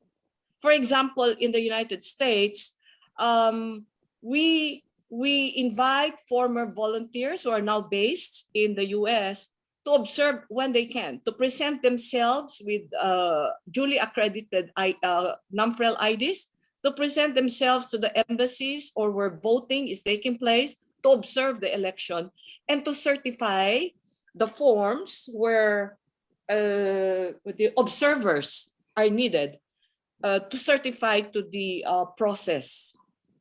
If we have chapters, if we can invite volunteers, but it's not compulsory. In other words, the same process, the same forms that are used in the Philippines locally are used in the foreign embassies, which require observers, EMO observers. And so they request us to participate in that manner. Okay, so in the practice of out-of-country voting in the Philippines, the EMOs have been asked to be involved in monitoring and observing the process. Okay, thank you. Thank you, Corazon and Cora, and also the other speakers, Melika, Commissioner Mohammed, Naim Aibzada, for your time this afternoon. And I hope this session has in a big way or a small way inspire CSOs and EMBs alike in other countries to work together for the betterment of electoral processes in their respective countries. So thank you once again for your time, and thank you to ANFREL and AWEB for hosting us in this forum. I hand back to Chunglut. Thank you, everyone.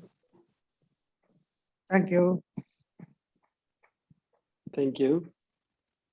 Thank you, Adi, Mohammed, Cora, Naim, and Melika for joining us. Thanks for the interesting discussion just now. I would also like to take this opportunity to especially thank Adi and Melika because they did an excellent job in co-facilitating the working group discussion that was held before the actual forum. Thank you very much. We will now have a short break for about 30 minutes before we proceed to panel 4. So yes, we have a short break now, and we'll see you again in 30 minutes. Thank you very much. On 30 June 2021, the Secretariat of the Association of World Election Bodies, AWEB, and the International Center for Parliamentary Studies, ICPS, co-hosted a webinar titled, How to Incorporate New Systems into Our Electoral Processes. The Association of World Election Bodies was established in October 2013 with the aim of promoting democracy by fostering efficiency and effectiveness in conducting free, fair, transparent, and participative elections around the world. It currently comprises 118 election management bodies, EMBs, from 108 countries. Established in 2010, the International Center for Parliamentary Studies aims to promote effective policymaking and good governance through better interaction between parliaments, governments, and other stakeholders in society. It is based in London, the United Kingdom. The AWEB Secretariat and ICPS jointly hosted a webinar titled Ways to Overcome the Challenges of COVID-19 in Election Management from a Policy and Technological Perspective in September 2020. as ensuring the safety and integrity of electoral processes in the midst of COVID-19 pandemic has become one of the common challenges faced by EMBs. The international collaboration in addressing such challenges has become vital. In this regard, the AWEB Secretariat has hosted online seminars on election management to facilitate the exchange of extensive experience and knowledge among member organizations, partners, and other stakeholders. The topic of this webinar was suggested by members at the 9th Executive Board meeting of AWEB last March. EMBs from 56 countries, international organizations, and NGOs such as UNDP, OSCE, OHIDR, IFES, IPC, and ANFREL took part in the event. Making valuable use of the opportunity presented today, I would like to emphasize again the tremendous potential of AWEB to serve as an effective forum for the sharing of best practices. The Central Electoral Commission, of course, has been over the past years very much digitally oriented. Since the introduction of electronic voting machines, the demand for the transparency at every stage of the election process. Информационная система управления избирательным процессом выглядит следующим образом. В левой части схемы изображено формирование единой электронной списка избирателей, исходя из данных, представляемых ответственными органами за формирование списка. Например, Государственный центр персонализации биометрических данных избирателей. As I said before, there were immediate concerns about touching things. In most of the elections nowadays, they use biometrics. Il fallait résoudre un problème. Le premier problème que nous avons eu, c'est un problème de bulletin de vote. You encrypt the ballot, you strip the voter personality from the vote. That's all you need to do. Encrypted ballot help you to hide intermediate results. But speaking about the transparency, because all the votes are encrypted and because we use the blockchain. Los elementos claves a recordar a los participantes pues tienen que ver con el uso asertivo de las tecnologías de la identificación, por supuesto en los escenarios de la identidad digital, que es la charla que pude realizar, para garantizar confianza, para garantizar transparencia en los certámenes electorales. La experiencia de participar en el webinar pues es bien importante. Primero, nos permite contarle a diversos países y al mundo entero las buenas prácticas que ha realizado Colombia en la aplicación de estas tecnologías y pues todos los escenarios que tenemos para garantizar transparencia en el certamen electoral colombiano, y por supuesto también nos permite aprender de experiencias, nos permite aprender de aquellas enseñanzas que nos dejan la aplicación de tecnologías y de otras recomendaciones de los compañeros en otros países. I think the most important aspect is to understand how we could digitize and add value to electoral processes and what a great impact each technological tool has on the quality and transparency of the electoral processes. It is really such an interesting field, and I am glad that I was able to discuss multiple solution use and how we might develop even more. I'm always excited about exchanging ideas regarding the new IT solution using the electoral processes. The webinar allowed me and my peers to explain what a successful technological solution we have and how we could implement more solution on our electoral system. I hope that our network will continue to grow and improve the infrastructure of democracy. The webinar was composed of 2 sessions. The first part focused on the experience of EMBs in applying technologies to election administration. Participants in the panel were representatives from the Election Commission of India, the Central Election Commission of Uzbekistan, the Central Election Commission of the Russian Federation, the National Civil Registry of Colombia, the Permanent Electoral Authority of Romania, and experts in the election field. The second panel discussed the impact of using technologies in electoral processes. The AWEB Secretariat will continue to offer a venue wherein members share information about election management and promote partnership with one another. AWEB, a valuable network for EMBs.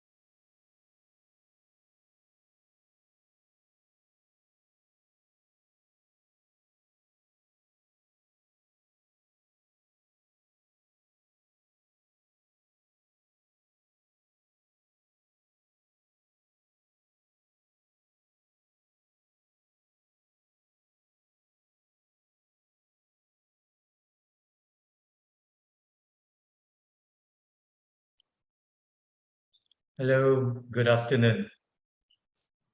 Hello, good Hi, afternoon. Hi, Nino. Hello, Hi, hello. Julia. Hello, how are you? I'm very good, thank Hi. you. And Patipat, Hi, good afternoon to you. good afternoon. And I think we have Max as well in the room.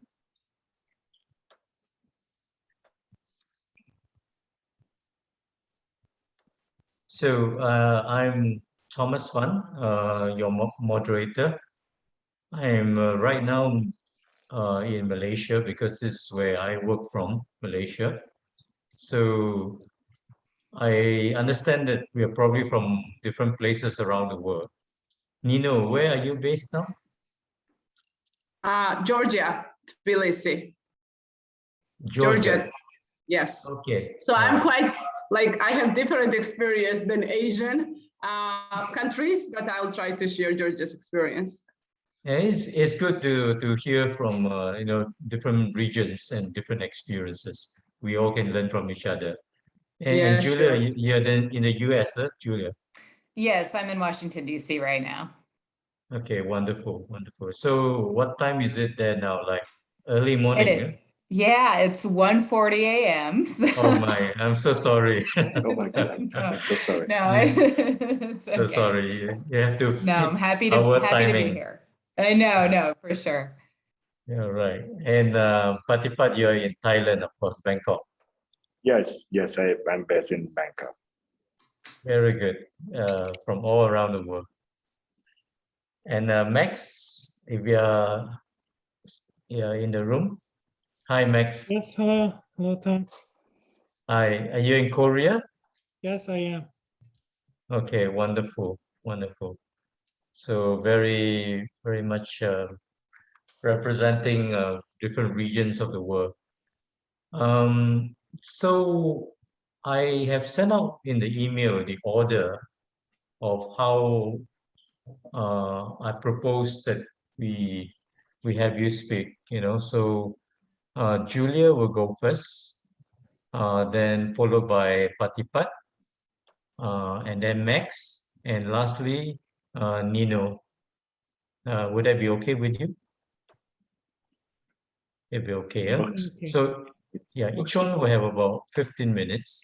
And before your 15 minutes is up, 2 minutes before, I will flash something on my screen, which I hope you can kind of like see from here. Yeah, 2 minutes, then you got 2 minutes to wrap up. And then if when it's over, it's time's up, So, but I mean, try to follow. But if you need 1 or 2 more minutes, that's okay. Don't worry about it. Yeah. Okay. I'm looking forward to hear from all of you to learn because I think it's an area of interest of mine, though I'm not an expert in this area. Yeah. Okay, I think we probably need the organizer to kick us off. Hi, hello everyone. Yes. Hi, all the Hi, speakers, Chung Long. Nino, Max, Kun Keng, and Julia, and hi, Thomas. Yeah, so Hi. we'll be starting in 3 minutes. Yeah, so this forum is on Zoom, and we also live stream it on our Facebook page. And this session will take about 1.5 hours, and the participants can post their questions and comments in the chat box and Q&A. Yeah. So looking forward to your presentation later. Oh, by the way, Chung Lung, were we live already just now when we were just chatting just now? Yeah, it's been live on Facebook. So all the informal chat was live. So sorry.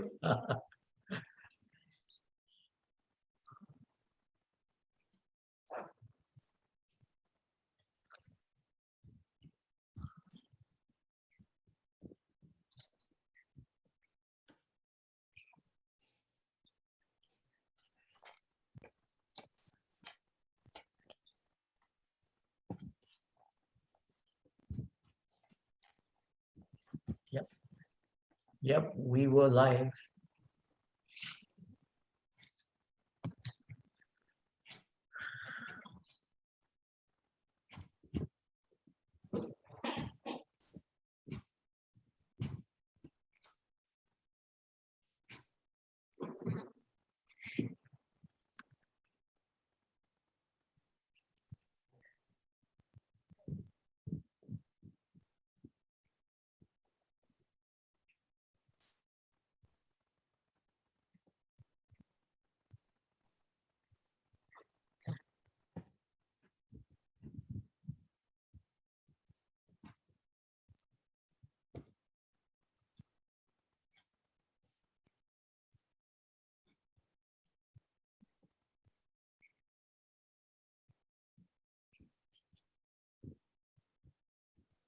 Right. Thank you everyone for staying with us, and welcome back to the last panel of this forum, panel 4.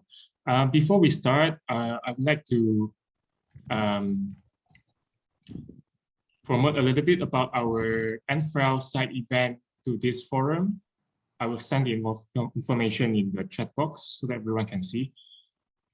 So everyone, NFREL will host 2 side event discussions to this AESF 5. One is on the democratic backsliding of Hong Kong, and another one is on Myanmar.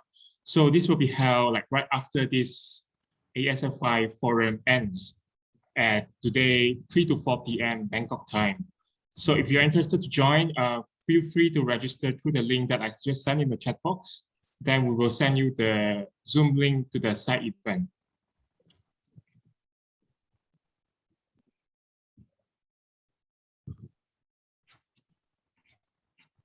All right, it's a time for our last panel today, panel discussion 4, entitled Improving Electoral Integrity Using Technology and Open Data. So we are glad to have our speakers here today, and our moderator, Mr. Thomas Fan, the chairperson of Coalition for Clean and Fair Elections, Versia 2.0 from Malaysia. So I will hand it over to Thomas to introduce the speakers today. Yeah, the speakers and moderator, the floor is yours. Thank you very much, Chun Long, and thank you for the invitation to moderate this session, this panel. And I want to say a very good afternoon to all of you. But I realize that we are scattered all over the world. Even our panelists are just from different part of the world. So a very good morning to Julia, and good morning as well, I guess, to Nino. And good afternoon to Max and also Patipat, who are Julia is right now based in Washington, D.C. in the US, and Nino in Georgia, over in Europe. Max is based in South Korea, and Patipat in Bangkok, Thailand, and I myself in Malaysia right now. So the wonders of technology, that we could be an international gathering without getting on the plane, thanks to COVID. So something good has come out from the pandemic, and but I think we still miss the face-to-face interactions. I think there are just certain things that personal, when you are able to see eyeball to eyeball rather than screen to screen. So nonetheless, I think these are the challenges that we are facing around the world globally this past year. And I think when it comes to elections as well, it has been extremely challenging. But this is where I think election management bodies and CSO that are involved in the elections rises up to the challenge. I mean, the situation is always dynamic and changing, and I think it is incumbent upon us to rise up to face a challenge and to ensure that elections processes continues and that there is no holding back or suspension of elections or democracy, as a lot of government around the world would be tempted to do even including my own government that has gone through a lot of political upheaval even before the pandemic, and using the excuse of COVID, there have been suspension of parliaments and elections, declarations of emergency to do all these things. So these are the challenges, but congratulations to ANFREL and AWEB for successfully putting together AESF 5 in this manner. So without much further ado, I want to introduce the 4 panelists that we have today. Before I invite the first one to make the presentation to us. First of all, we have Ms. Julia Brothers from the US. She's a senior advisor for elections and the deputy director of the Open Election Data Initiative at the National Democratic Institute, or NDI. Ms. Brothers has worked in over 20 countries, leading electoral assessments and election observation programs with a specific focus on systematic monitoring methodologies, voter registration, and the role of new technologies and digital media in the electoral process. Okay. Secondly, we're going to have Mr. Patipat Susumpao, who is the co-founder of Vote 62 in Thailand. Vote 62 is a system that provides the most updated information in helping citizens prepare for election. The system also enabled crowdsourcing of real-time ballot counting information to increase civil engagement in the election, after which the results, both in terms of electoral constituency and parliament seats, were summarized and made available to the public. And our third panelist today is Mr. Max An from South Korea. Max is the senior researcher of Association of World Election Bodies, AWEB, one of our co-organizer. AWEB is, of course, the world's largest international organization in the field of election management. It currently comprises of 118 election management bodies from 108 countries. Okay, and lastly, we have Ms. Nino Dolis, who is the executive director of the International Society for Fair Elections and Democracy. She has a master's degree in public policy and 14 years of experience working in various local and international organizations. Nino has implemented a number of projects aimed at promoting the democratic development of Georgia. Am I right? Okay, so we have allocated about 15 minutes for each panelist to make their presentation. Try to stick to that time allocation, but if you don't need all that time, that's fine as well.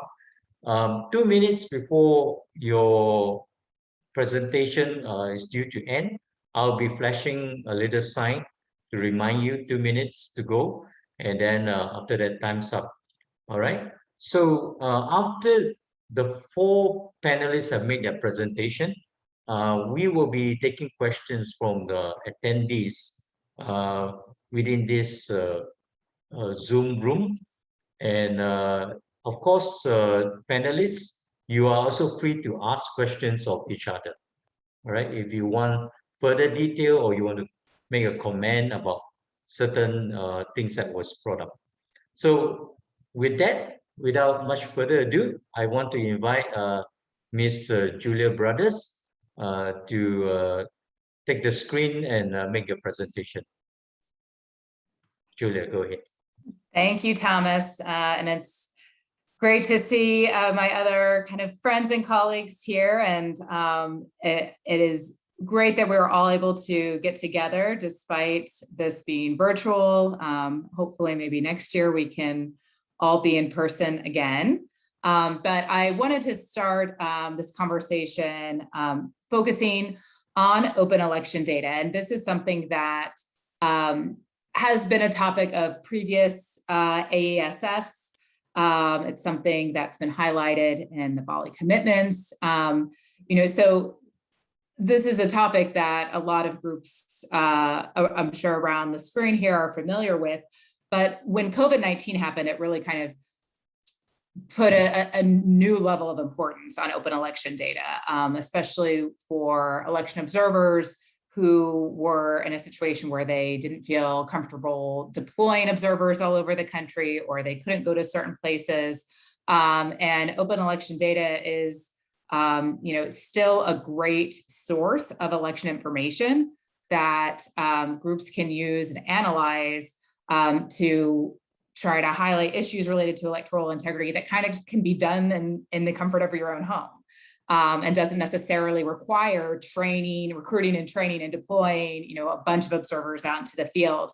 And so what I really wanted to do today, though, is focus on, again, this is a topic that we've discussed, a lot, and a lot of our participants are familiar with. But really talk about sort of where we started and where we are now when it comes to open election data and some of the progress and trends we're seeing. I think, just to kind of get the principles out to start, electoral data belongs to the people. Elections belong to the people. They're a democratic process run for and by citizens, and therefore electoral data belongs to the people. This is public data that is collected using public funds for public purposes. So, I think that that's something that is always important to sort of remind folks about, that, this is not information that's owned by any one government, any one candidate. This data does belong to the people. Elections are a long-term process that generate a wide range of data at different. We're all familiar with the electoral cycle, but this, I think, is a situation where we're seeing progress when it comes to open election data, and a lot of major election processes. But I think it still tends to be focused a lot on election day. I think EMBs are doing a much better job of making, for instance, election results available at the polling station level. That's something we've seen a lot of progress in. Getting access to polling station lists in an analyzable format, even getting more information in the post-election period about electoral disputes.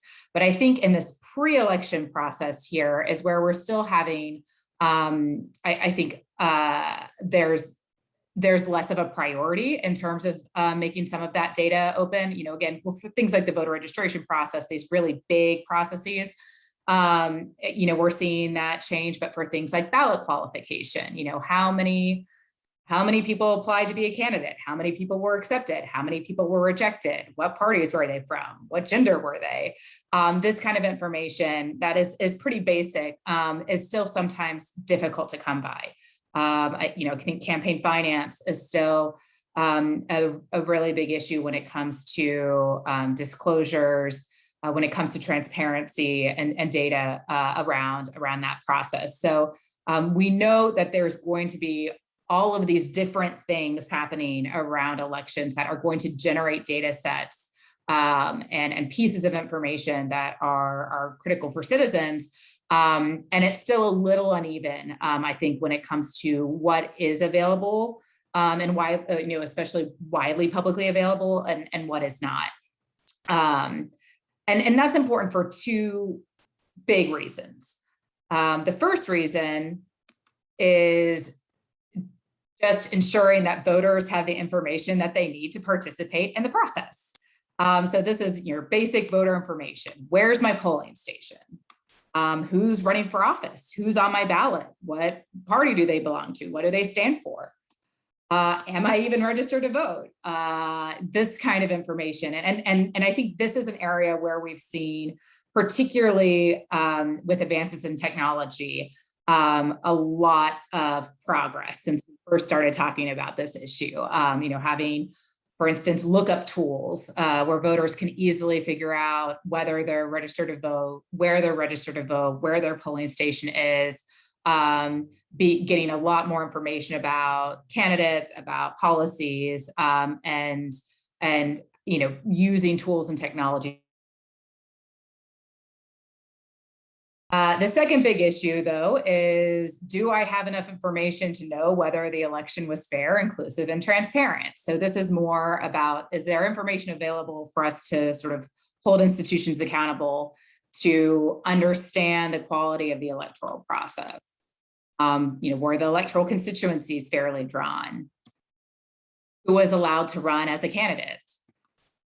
Where are registration centers located? Are they disproportionately located in a certain party's stronghold versus another's? Does everybody kind of have access to the process? So in this way, open data can really serve two dual purposes, this critical voter information piece, but also this critical piece that's related to electoral integrity. And that sort of leads to the question about how open is the data itself, and basically how sort of useful is it? Can we really use it to assess electoral integrity? And I won't get into these principles too much because these are principles that have been highlighted again in the Bali commitments, and throughout a lot of the work that groups have been doing in the region.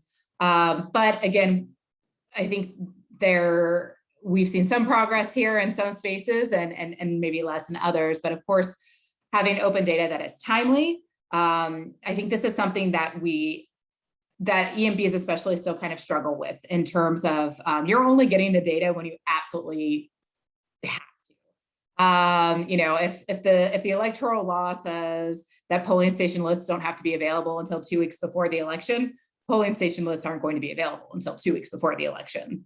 We're not, this is something where it is still, I think, a challenge to get information in a more timely manner. And that's partially because EMBs have a lot going on. They have different priorities. And so, making data, they're only kind of make data available when they absolutely have to.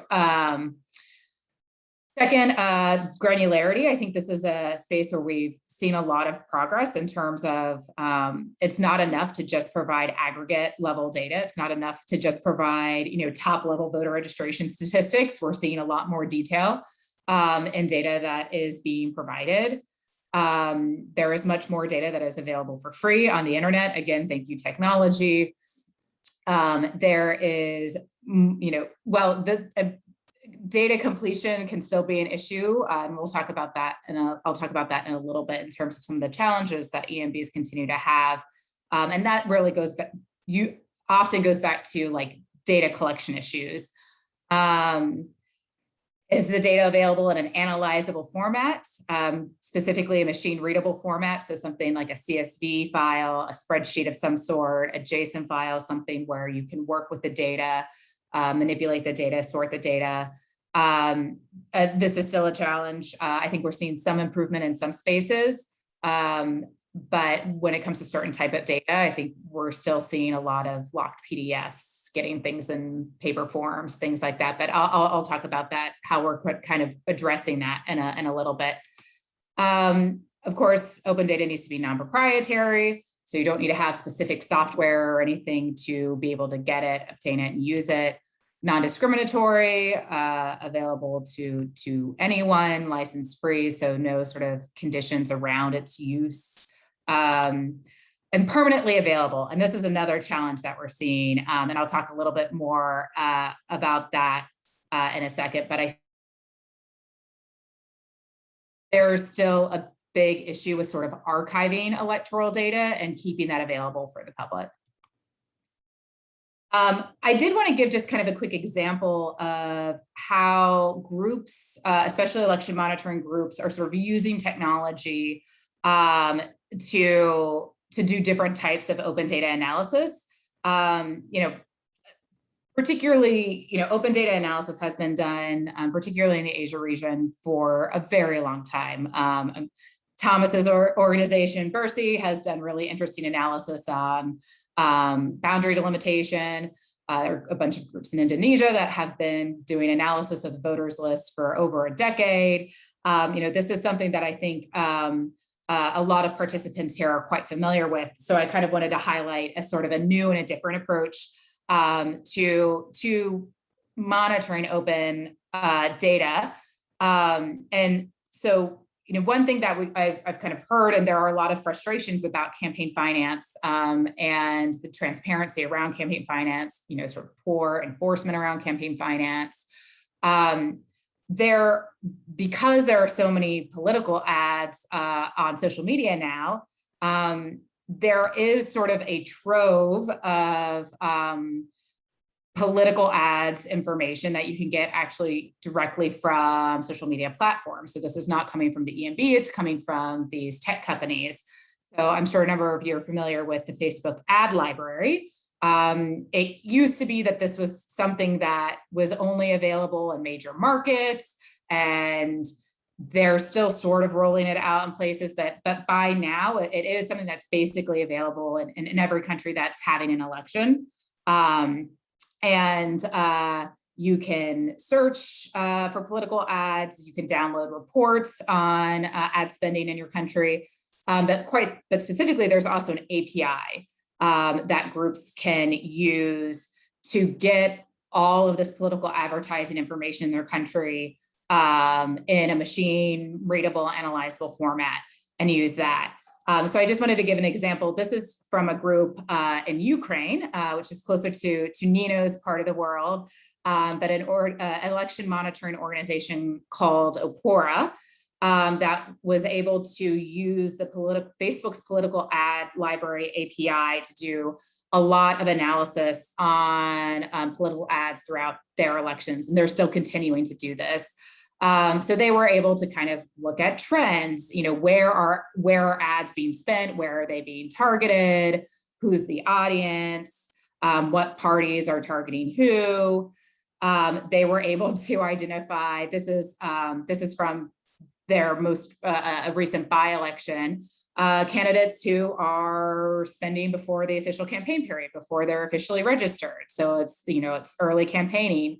They were able to see compare the expenditures on Facebook to what was being reported to the Election Commission. And they saw a lot of disparities between those. So candidates and parties were underreporting what they were spending to the Election Commission. And they were able to do that by using the Facebook political ads library. So I would encourage, if this is something that's interesting to folks, you can certainly go on their website and look at some of the other information on what they've done related to political ads. But I think this is a nice way that groups can kind of engage in campaign finance, especially in places where you may not have a lot of transparency otherwise when it comes to political spending. That said, again, this is something that groups have been looking at for a long time. We are seeing some trends in open election data, and we have some lessons learned about sort of the state of open election data. And one of those is that opening data remains a challenge for some EMBs, especially when it comes to historical elections data. NDI recently did kind of an assessment of open data for the Pacific Islands and discovered, there were some election commissions that didn't even have websites at all. And obviously that's still an issue for if you're a very small country, places where election management is sort of a part-time job, places where digital infrastructure is still really weak. So maybe it doesn't really make a lot of sense for things to be online. But one of the big things that we've heard from election commissions kind of all around the world is, oh, well, we make this data available, around the election time. Like we'll have the electoral calendar online, in the immediate campaign period. We'll make sure that our meeting minutes are available right after they happen. But once the election's over, all of that information goes away. And so we're still seeing this big challenge of making data permanently available. There really needs to be archival data, and it needs to be free and available to the public. And I think this is something that we still need to push for. I mean, this is historical data, it's reference data. I think a lot of election commissions will have things like results information for previous elections that might kind of end there, when really a whole kind of suite of data needs to be available. Getting data in an analyzable format also remains difficult, but thanks to technology, there are a lot more tools now to help with that. So as I mentioned, you know, I think we are still seeing a lot of open data not being made available, but not in formats that are easy to work with and easy to use. A lot of times election commissions might even spend a lot of money and resources and time on really cool, flashy websites that show interesting graphs and have all of this data and like HTML tables that look really pretty, but actually that's not really helpful data. Like that's not really data that is easy to use still. It looks pretty and it's nicely presented, but it's not really user-friendly. But there are a lot more, there are really good conversion tools out there now that can help you break into things like PDFs and put them in a more analyzable format. There are transcriber tools and scrapers that you can kind of use to sort of scrape data from websites. And so that has been something that has made it easier for groups to sort of overcome this challenge. Of course, there's a lot of caveats with that, which is that whenever you're sort of using these kinds of tools to convert data, you really need to be careful because there can be mistakes. You really need to do a lot of quality control and quality checks on your data after you've converted it in order to make sure that it's actually kind of clean and where it needs to be. New actors and new technology are impacting data openness. So again, you know, kind of as an example, you know, these social media platforms that have, you know, information about political spending. You know, also, and I think some of the other panelists are going to talk about this, but the sort of use of just technology in general in election administration and the electoral process means that we need to be thinking about how technology vendors are building tools and equipment that meet open election standards and that are compatible with open election standards. So it used to be when we were talking about open election data, we were almost exclusively focusing on the election management body. And now with technological developments, I think that that's expanding that pool a bit more. And we need to consider these new actors and we need to consider this new technology. One thing that we absolutely know for sure is that opening data builds confidence in electoral institutions. This is something that we've seen time and time again, where you know, I think election commissions are understandably often hesitant to make certain electoral data available because maybe they're concerned about how it's going to be received, that people are going to misinterpret it. But time and time again, we've seen that it actually does help build confidence in institutions. It demonstrates that the election management body is committed to transparency. It oftentimes is able to sort of show that electoral data is much stronger and much more sound than critics would otherwise think. So oftentimes, I think a lot of times when observer groups are doing analysis on open data, they often are sort of confirming that the data is sound and that that process was good, as opposed to sort of finding you know, other those kind of issues and problems.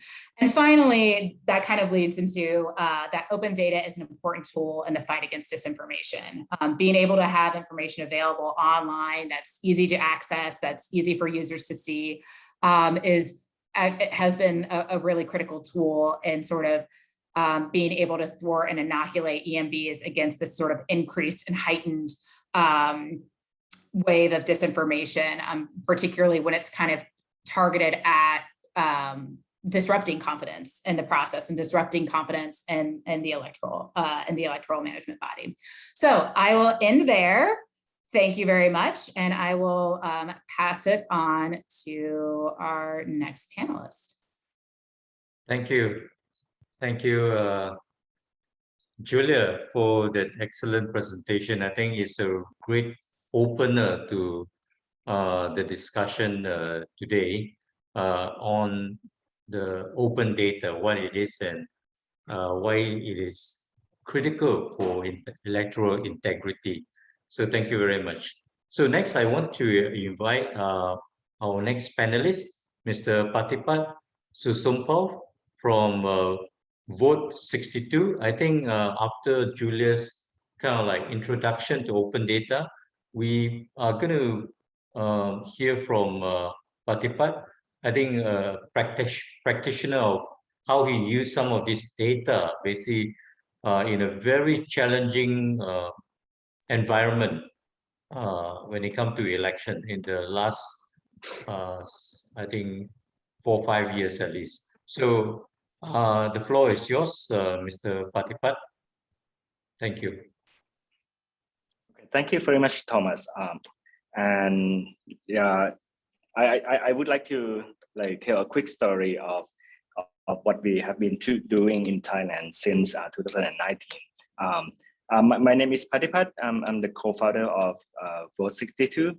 We are trying to enable everyone to crowdsource in the election monitoring process, and we started with very, very simple idea that we want to increase the citizen participation time into democracy in Thailand. From there was words saying, like, since I was young, that Thai citizen has the ability to Thai citizen was allowed to participate into democracy process just 4 seconds during the like you casting your ballot in the polling station, and I think that's somehow holds true for like many decades. And what we're trying to do, we're trying to increase the participation time from that 4 seconds in the polling station to multiple hours after the election. So we created Vote 62 to experiment on that idea and try to engage more and more citizens to the election process. And a little background is that Thailand has been absent for an election for multiple years since, like, I believe 2014, for 2013 maybe, and the gap between previous election to the previous election to the previous election was like 7 years. So I think like some of the people like in my generation somehow forgot the excitement of the election, and also the younger generation that can vote for the first time in 2019 also still curious what they could do, and like how their power can transform the country and those kind of things. So we want to use those lost excitement, build up some new excitement, and use the elections as the entry point for participating in a bigger democracy process. Vote 62 itself is established by multiple partners from. I'm from a software company, so we work with our media partners and also the civic organizations like ANFRELS or like at the public media like the PBS or the local non-profit like ILO to run this. The idea is we try to focus on the few weeks before the elections until the polling station closed and the counting start. So we're trying to get some data and trying to break the process into two processes. First is the before election. We're trying to provide the basic information about the election, like where the polling station and whose were the candidates and what number they are, so people can know like who they're going to vote with, who they're going to vote for, and who's going to be like their candidates, those kind of thing. And that's the before election. And during election, we try to, during and like a little bit after polling station close, we're trying to engage people into like more, let's say, more election process. And what we were trying to say at the time was like, after the election, if you want to participate into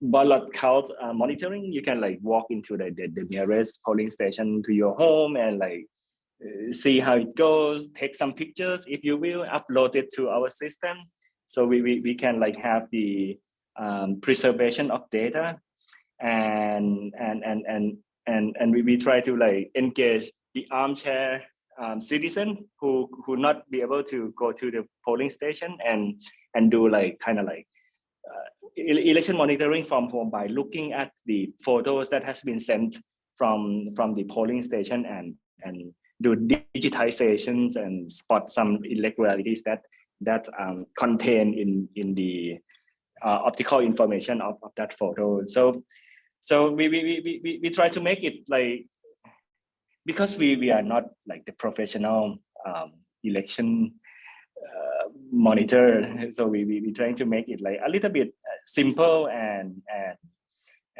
friendly for those who don't familiar with the election process. So we just try to make it like very basic as possible. So the process will be people go to the polling station, take some photos, upload to the system, do digitization, and spot some irregularities.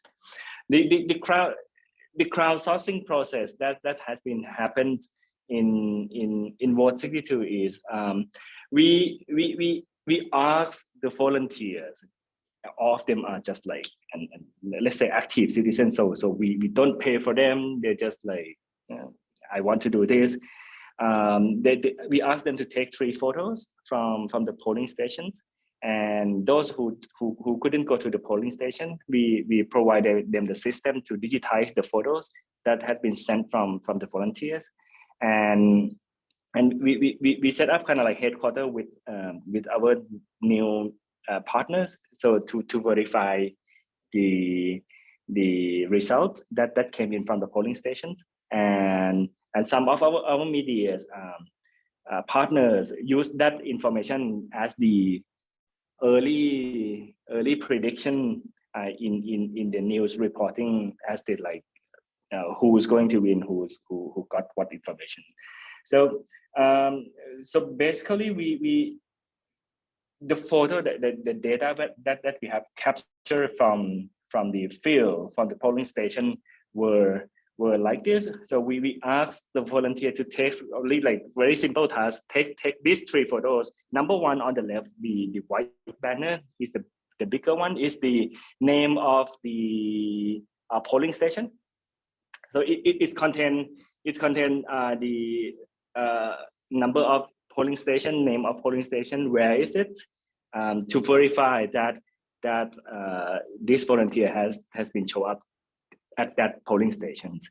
And we asked them to take the photo number 2, which is the middle one, the portrait paper. It's pretty big. I believe it's like A0 paper, like pretty big, like a meter by a meter and a half.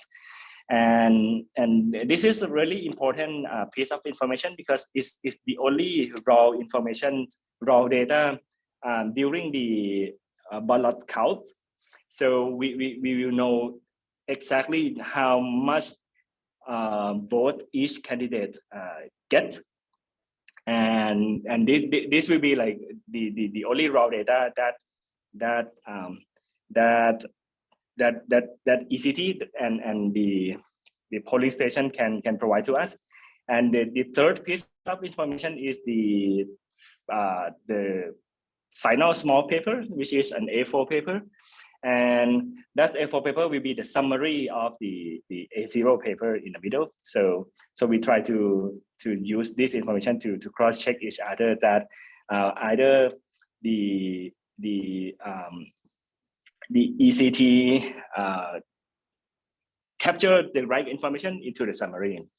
And what happened in Thailand is, though we have the raw data, the middle piece of paper, it will be destroyed after the polling's like ballot count ends.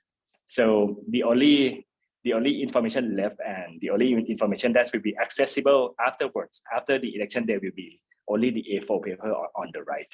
So so technically we will lose some detailed data after the election day, because the middle paper is not not being kept. And once the volunteer took these photos and submit to the, let's say, vote62.com website, the volunteer at home can enter to the system and do like some digitization, very simple ones, like who gets how many votes count, and like there are any irregularities or like wrong photo has been sent or not. So we can like do some basic cleanup. And after that, we will like provide a big picture for the volunteer across Thailand. So those who want to digitize the data will not necessarily be able to digitize only the data in their constituency, but they can do like digitization across Thailand, right? And everywhere wherever they would like to. And we try to like visualize the data. At the time, the idea was really like just to make it fun. So we were trying to like compete with the ECT that let's see how can we predict the winner before the ECTs announce the official result, which is like reflect into our design on the website, so we can show that who is going to be the winner. For example, like the candidate number 4 is leading right now, and like how many percentage that we have covered, those kind of things. And also votes for vote62 started in 2019, but we did like an incremental experiment in the smaller elections throughout Thailand, into the not only the general election but to the provincial administration election or even the district administration election. So we try to do like some new experiments. For example, like after we did the taking photo and digitization and spot some irregularities during the general election in 2019, we try to did some like quantitative election process evaluations by asking our volunteer to do some like simple evaluation of the election process, starting from like the polling station opens until this polling station close, and use that data to visualize that this polling station doing good or not good, and try to find if it can be useful for the future election with the ECT or not. And also the methodology that we're trying to do with vote62, we inspired by the NDI's parallel vote tabulation. So we we use some sampling mechanism from the NDIs and try to predict the candidate and the winners across many elections, and byproduct of that we got the data from the field. We can spot some irregularities. For example, this is an epic one, which is like the mismatch of the vote count. For example, you remember the big paper, the left one, the official, the raw data ballot count for candidate number 2 was 177, but when it's recorded into the official paper, the A4, the small paper, it becomes 117. So 60 votes lots for the candidate number 2, and this is pretty sad, because like the big paper is not being used for the official result report, only the right paper. So yeah, we like 60 votes lots instantly, and this was some like some human errors, I would say, like total voter show up 202, but like total ballot count was like 201, and like only like one vote missing from the official report. And also this is also one of the epic ones as well, that missing ballot count. And you can see that the candidate number 2 got only like 67, like 57 votes, but the ECT record on the big paper at like 67, so like 10 more. And like the candidate number 5, like clearly, like apparently get more vote counts, but get like error, and so he lost on this polling station. So like it's pretty sad, like 10 points disappear. So this is like what 462 is trying to do, is trying to engage the citizen into like the monitoring process. Unfortunately, we haven't like be able to report this some of these irregularities back to the ECT and do some actions to get or to fix the errors, because it's not what we were planning to do at the time, and all of these errors has been spotted a few weeks after an election days. So we couldn't do that, but this shows the potential of engaging with the normal citizen to be participating to election monitoring, and we could swing these momentums into the other things during or after or even like before an election to create more democratic movement in the general public, and I think that this could be useful. So our plan is to do the Bangkok governor election, hopefully the end of this year or probably in the first quarter of next year. So we can do like more with more people and more concentrated area, and that would be very helpful and interesting to see how it would turn out. And that's all from our part. Thank you very much for everyone's time. And yeah, I would pass this opportunity to the next panelist. Thank you very much. Thank you, Patipat. Very interesting presentation.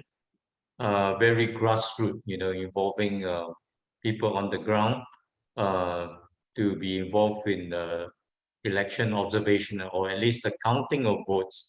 And this is reminds me very much of Indonesia. I was there 2 over years ago when they had the big general elections, and very similar, the votes were counted very publicly in small communities, and every vote is shown at someone will mark it on the board.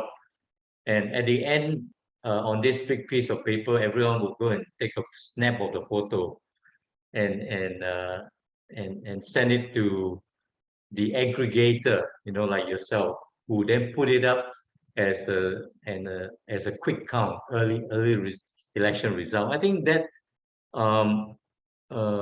minimize, I think, the likelihood of manipulation or cheating when it comes to counting, because it's so transparent. It's like a community event, the counting of vote. But also, I think it gives a lot of assurance to people at the end of the day, when all the votes are counted, that this is an accurate reflection of the will of the people. I think, like everywhere else, Indonesian election was very contentious, but I think because it was such a open and transparent process, I think the attempts to rile up people for riots and things like that just didn't take off, because it was quite an open process, and there were many aggregators that were collecting votes like this. So thank you so much, Patipat. Very enlightening. Next, I want to open up the floor to Max from AWeb to make his presentation. So the time is yours, Max. Thank you. Thank you very much, Thomas. Good morning and good afternoon and good evening to everyone, since you're joining from all over the world. I'd like to make a presentation today that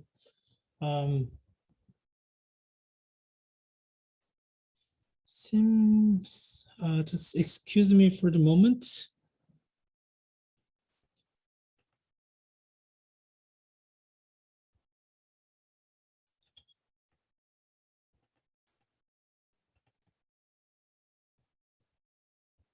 Excuse me for 1 second.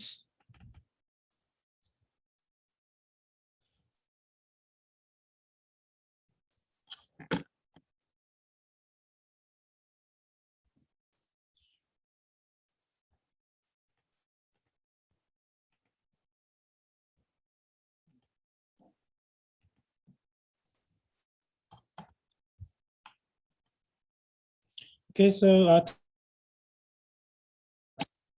a presentation on the improving electoral integrity using technology and open data based on AWeb's experiences. My name is Max An, and as introduced by Thomas, I'm a senior researcher at the AWeb Secretariat.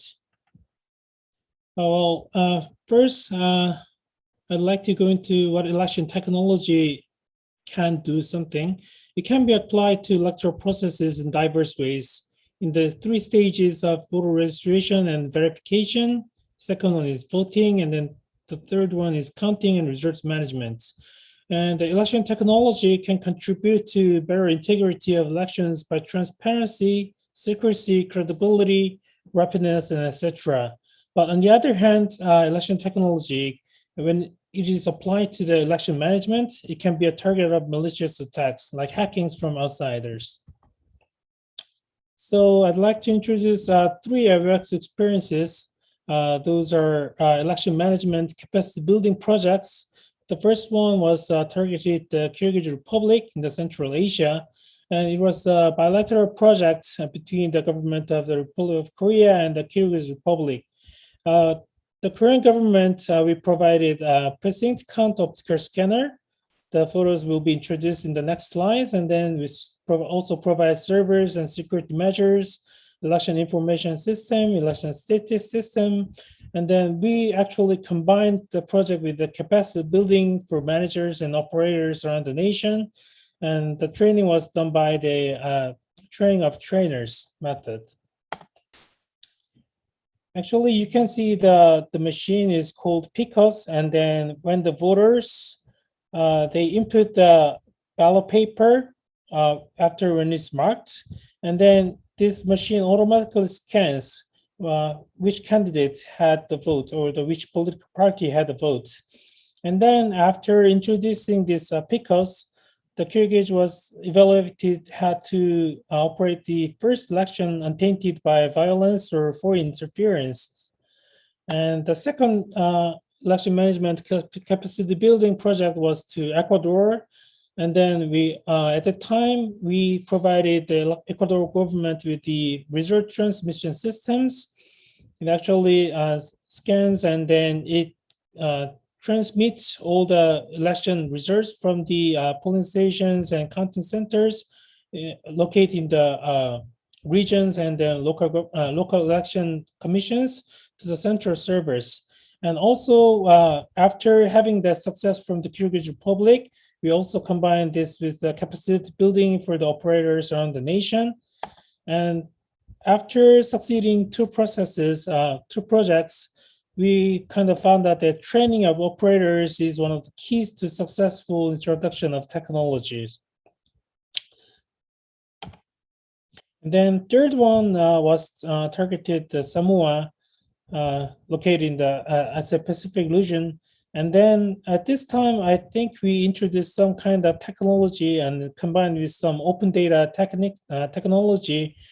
As you can see, these election information systems, election statistics system throughout this election information system, voters could now enable to find his or her own polling stations based on constitutions, and then to find results information via one click, and then he or she could check and request the voter information by one click. And then so this is the case where open data in election is applied to our projects. And then this open data is very important in the sense that, as Julia Brothers also mentioned in her first presentation in this panel session, it enables the electoral stakeholders to do something that was not previously used to be enabled.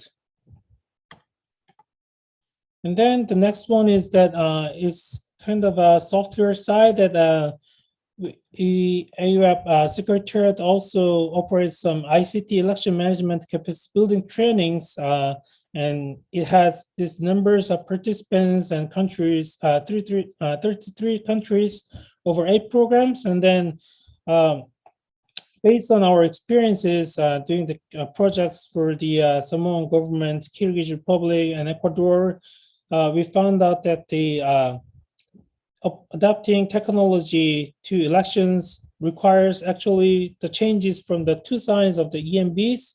One is from the policymakers, and then one is from the IT engineers within the EMBs. So we provide those trainings for participants around all over the world.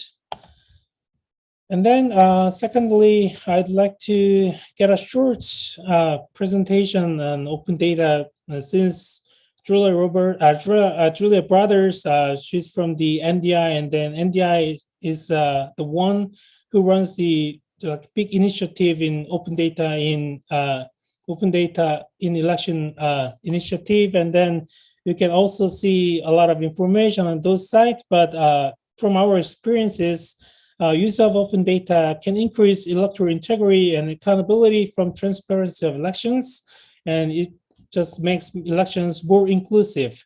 And then open data can be also applied in the field of election management by publishing real-time counting results, figures on spending of political parties, and release of documents. But the most important point is that policymakers, high-level managers like commissioners, chairmen, policymakers at the EMBs carry great responsibility in making decisions regarding what needs to be available for public to what extent. And then you can find more information in these sites. And then I just took quotes from the International IDS publication also. And then actually this concludes my presentation. Thank you very much.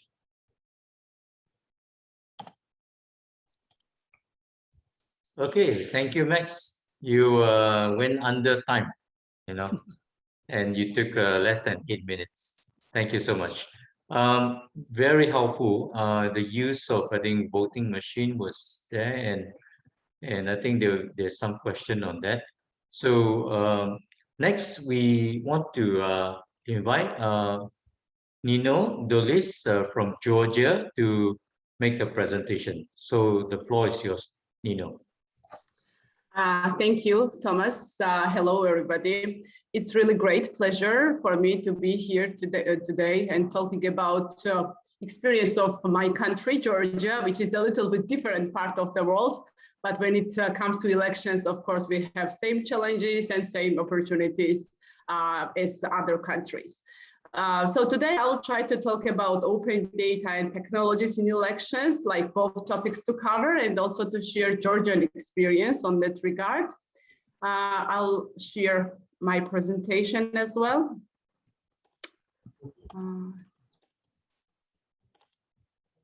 And I would like to also say a few words about my organization. So as Thomas mentioned, I am Nino Dolidze. I am the executive director of ISFED. ISFED is one of the largest watchdog organization in Georgia monitoring elections. It's International Society for Fair Elections and Democracy. And our organization was established in 1995. So we have 26 years experience in monitoring elections, and not only elections, but also monitoring democratic development of our country. So for those who do not know like detailed history of Georgia, Georgia has 30 years of independence since Soviet Union collapsed, but of course our country has more than 25 centuries history, but like last 70 years, Georgia was under Soviet Union, and during Soviet Union, we really didn't have free and fair elections at all. So our electoral history then starts since 1990s when we started having multi-party and democratic elections. So of course, like starting these elections from like 0 point, it was quite difficult for us, and our Western partners, US and European countries really helped Georgia to develop democratic electoral cycles, systems, processes, and of course it includes observer groups, and that's why ISFED was created in 1995 in order to ensure that elections were conducted in a free and fair manner according to legislation. And since then, we are observing elections in our country. To say a few words about civil society organizations, I can say that in Georgia, civil society organizations are really very strong. We have very strong voice within electoral processes, but after observation, we have recommendations, and we take pro reform amendment process, and you can hear my voice, right? Sorry, I think I had internet problem. So we are involved very much in electoral reform and development and improvement of election legislation in the country. And of course, open data is very much needed for every electoral stakeholder, but mostly for observer groups. So that's why what is open data? It is of course based on the idea that election-related data should be freely available for anyone to access, use, and share. And open data allows all interested stakeholders to follow and understand the electoral processes and can lead the more inclusive, transparent, and trusted elections. And of course, Georgia, under the OGP commitment, which is commitment to have open government, we like by opening open data and making it shareable and reusable, government can enable informed debate, better decision making, and the development of innovative new services. So in Georgia, I can really say that we have quite open and transparent electoral processes in terms of receiving data from the election management body.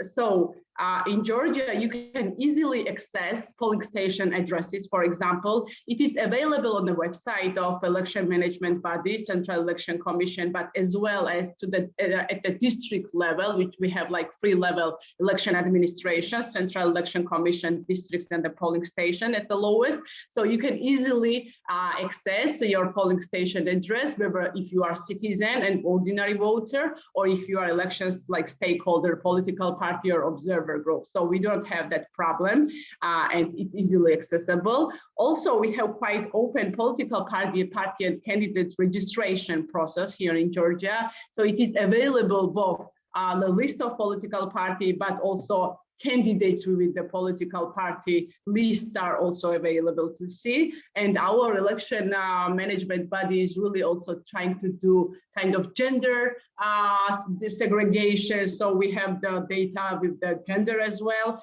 when it comes to registering political parties and candidates itself, because we have gender quotas to ensure, for example, women's political participation, that is also available. As for campaign finance, and Julia was talking about that, it is also very important, at least for us, election watchdogs and observers, to have information about campaign finance. And we have a state audit office in the country, which is responsible for sharing and data and information about campaign expenditures and campaign finances. So it is also available and we can also see, but sometimes we have problem that some of the political parties in our country, for example, do not declare all the finances, what they are spending in campaign.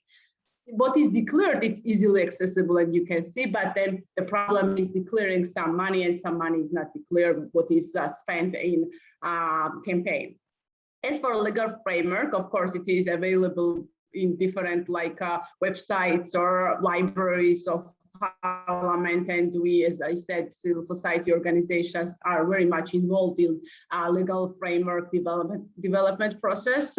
So it is also now easily accessible. And when it comes to elections result, which is most important, it is also quite widely accessible in Georgia. Of course, it was improved by time and time, but for example, right now we have situation where whenever polling stations have results of each polling station, the final protocol is immediately sent to the election administration central level. So it's uploaded on the database and every citizen who is interested can see what is the result of each polling station. But in order to ensure that polling station results and protocol does not change after it leaves a polling station, we as an observer group, and this FED in particular, we are also conducting parallel vote tabulation, PVT. And my colleague was talking about the PVT and I will not talk much, but we are also doing parallel vote tabulation in order to protect the results what we receive at the polling station level not to be changed after it leaves the polling station. Also, in terms of open data, I can say that we have access to the electoral dispute resolution information. And in Georgia, civil society organizations who are monitoring elections, they have right to submit complaint when it comes to election violation. When we see election violation at the polling station or district election commission level, we have right to submit complaints at the election administration and also at the courts. So there is adjudication problems and access on this and information is also open. When it comes to decisions made by election administration, of course, we are not satisfied much, but as for in terms of open data, it is available. And also different statistics are available on our election administration website. The only case is voters list. It is also available for stakeholders, but without personal ID numbers. So you can get the information about voters list, their addresses, but IDs are protected because personal information of voters is protected in our country. But any voter can check themselves, with their IDs on election administration webpage, for example. If I want to check if I am registered or not, or where is my polling station, voter can do it with their ID number. So it is also accessible. And we also had innovations in terms of open data right now for 2021. We just had elections on October 2nd, municipal elections in Georgia, and we have second rounds on October 13th. So we are in the middle of 2 rounds right now. So what we have innovated for these elections, and it was also because of the COVID, I would say that election management body, Central Election Commission, has started online sessions.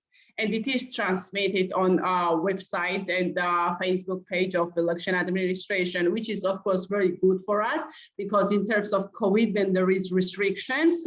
We can easily watch the election administration sessions. And also innovation for these elections, we had that election result tabulation, which is happening at the polling station level. It is taped on the video, and it's also uploaded on a website in order to see how was the vote tabulation process. So this was initiated because we had last election, parliamentary elections, very problematic in terms of counting. And we had quite a big number of problems in our final protocols. There was no balances between the voters registered who came and the ballot papers coming out from the box. So that's why political parties really insisted to have even more transparent result tabulation. And we had this videotaping for these elections. So when I am talking about the open data in this regard, I can really say that Georgia really has quite big success.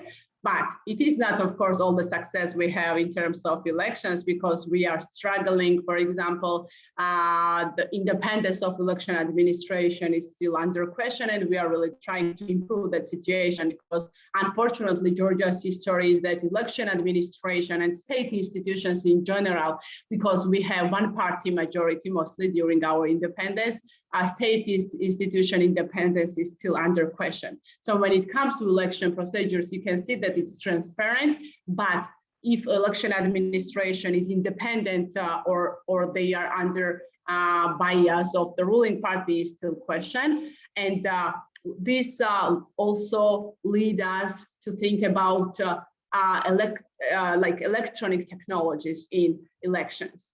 So just few words about how we observe elections. Our organization, we are monitoring pre-election environment, election day and post-elections, and we are doing PVT methodology in order to not only count results, but also we are doing PVT in order to assess the whole election day procedures, how it was.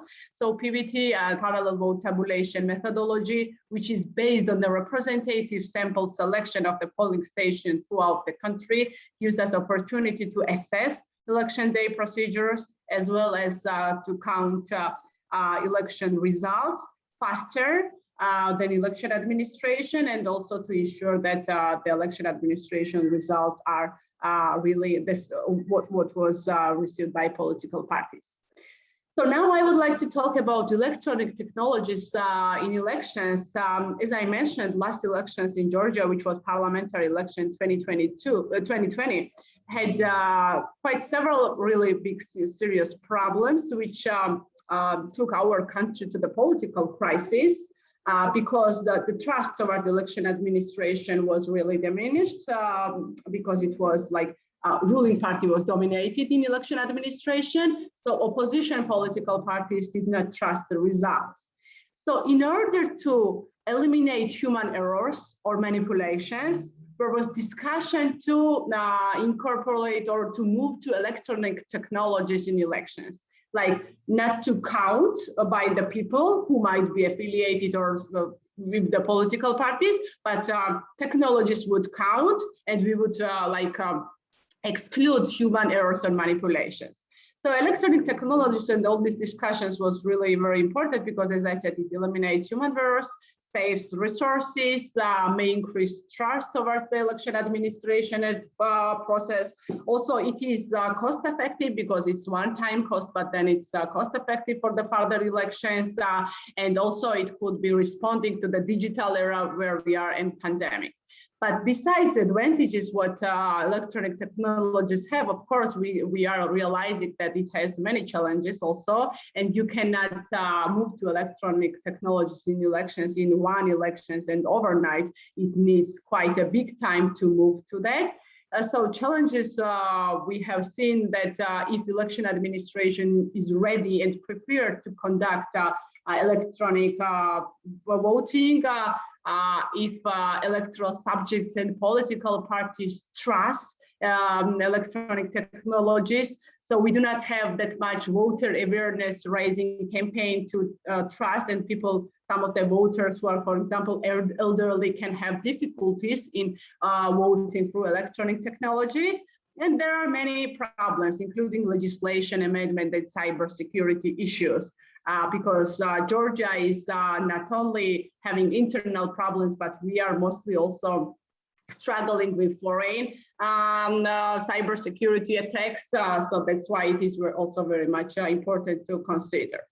So because we are the member of Council of Europe, we of course are trying to consider all the recommendation of Council of Europe for electronic voting, which is universal suffrage, equal, free, secret suffrage. So we are really trying to consider all this. And that's why we just had piloting of 2 electronic technologies, which is biometric voter authentication and identification, and also what my colleagues was talking about, optical market recognition. And for these municipal elections, we really try to pilot this. And what we have seen is that, of course, it reduces the human error, but unfortunately, we still need to pilot it more several times in order to move to electronic technologies, because there are some issues which we should consider. For example, elderly voters cannot vote, scanning machines may be down, or a high number of invalid ballot papers because people cannot circle it correctly. So there are many things. So just to conclude here, I would say that open data, in terms of open data, we are quite okay, and we have transparent processes. But in terms of election result tabulation, we are still having problems, and that's why we are trying to move to electronic technologies. But as I said, Georgia and civil society organizations are pushing that it cannot be done very in short period, because we have to consider secrecy of vote, voter awareness, raising information, and by time, maybe we could move to that as well. So I know that my time is out, so that's why I'll try to stop here. And if you have any questions, I am ready to answer. Thank you very much. Thank you so much, Nino, for sharing your experiences. And I think the experience of Georgia is not very different from, I think, some of our countries. As a democracy, we are not does not have as long a history as some of the other countries. So I think what you shared was really relevant to at least countries like, I think, Thailand, Malaysia, and Indonesia over in Southeast Asia region. So thank you so much. Now we will open the floor for questions from attendees, participants of this session. So if you have a question, you can go to the button where it says Q&A and type in there. There are already some questions. So you can type in your questions there. Or if you want to ask the question directly, you can also either raise the digital hand that you have, or you can just turn on your camera and just wave your hand so that you can catch my attention. All right. Okay, we have some questions. I think the first one from Anne Janet Lamban to Miss Brother. So Julia, how could the election body monitor the exact campaign expenses of the candidates on social media? Example, Facebook. I think you showed an example of that. And how could there be protection on data privacy on open data? Would you like to take that question? Sure, I'd be happy to, and that's a great question. Thank you. Certainly, election commissions can use the Facebook political ads library, similar to how election monitoring organizations have as a sort of data collection and analysis tool. But I wanted to note that one of the big challenges with the ad library is that it actually does not give you exact spending amounts. It gives you a range. And that's kind of this intentional thing that Facebook does because it's sort of proprietary. They don't want people to, because their ads cost different depending on who it's by, where it's being shown, and how big the audience is, and how it's being targeted. And so I think that that's an area where if we want to get more specific information or more exact and accurate details on political spending online, this is an area where civil society organizations and election management bodies, I think, have a joint interest in there being a lot more transparency there and advocating the social media platforms to make their political ads more transparent. At least Facebook even has this library. A lot of the other platforms don't even have that. So I think that there's still a lot of work that needs to be done when it comes to transparency in online spending. That said, this is also something that needs to be included in your own country's legal framework or your regulations around campaign finance. There needs to be more clarity about online spending. A lot of campaign finance regimes currently sort of have a lot of rules and things about traditional media ads, and they just don't even acknowledge the digital space. And so there needs to be something that is clear that campaign finance rules that apply in the traditional media space also apply in the digital space, or there needs to be separate legislation or regulations around campaign finance spending online. So I would certainly kind of encourage that to be something to advocate for. I would also just kind of note when it comes to these like political spending online and these political ads libraries, like the platforms themselves are like changing their policies constantly around this. They still really don't know what they're doing and what to do. So only recently did Facebook start to kind of force people to be authorized in order to place political ads. So you have to go through an authorization process, and have to verify that you're a legitimate organization. They also have to, and now it's like you can only buy ads in the currency of the country that it's for. That's a new thing because they're, sort of trying to discourage sort of foreign funding. But again, this is all stuff that's sort of always evolving. Twitter used to have a lot of ad transparency things. Now Twitter just doesn't even allow political ads. They just decided they don't want to deal with it. And so, this is also something that I think we kind of need to always keep ourselves up to date on. In terms of the personal data issue and open data, generally speaking, most electoral data is not, I don't believe to be personally sensitive. Right, most of it is not about, doesn't include personally identifiable information. The only real exception to that is the voters list. And certainly, kind of as Nino pointed out, certain countries have their own sort of privacy rules around the voters list. Again, the voters list is at its core a public piece of information, but a lot of countries kind of have different rules about how they get at protecting personal information. In the United States, there are certain people who are excluded from the public voters list. So if you are a victim of domestic violence, if you're in the witness protection program, these kind of particularly vulnerable populations are excluded from the voters list.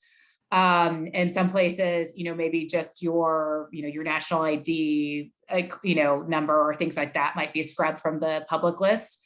And in some places, you might be able to get full information, but it might only be made available to certain stakeholders. So the political parties get the full list, maybe accredited election monitors get the full list. Again, this is sort of against some of the open data principles that are supposed to be non-discriminatory, but that's a way that some commissions have sort of dealt with that particular issue.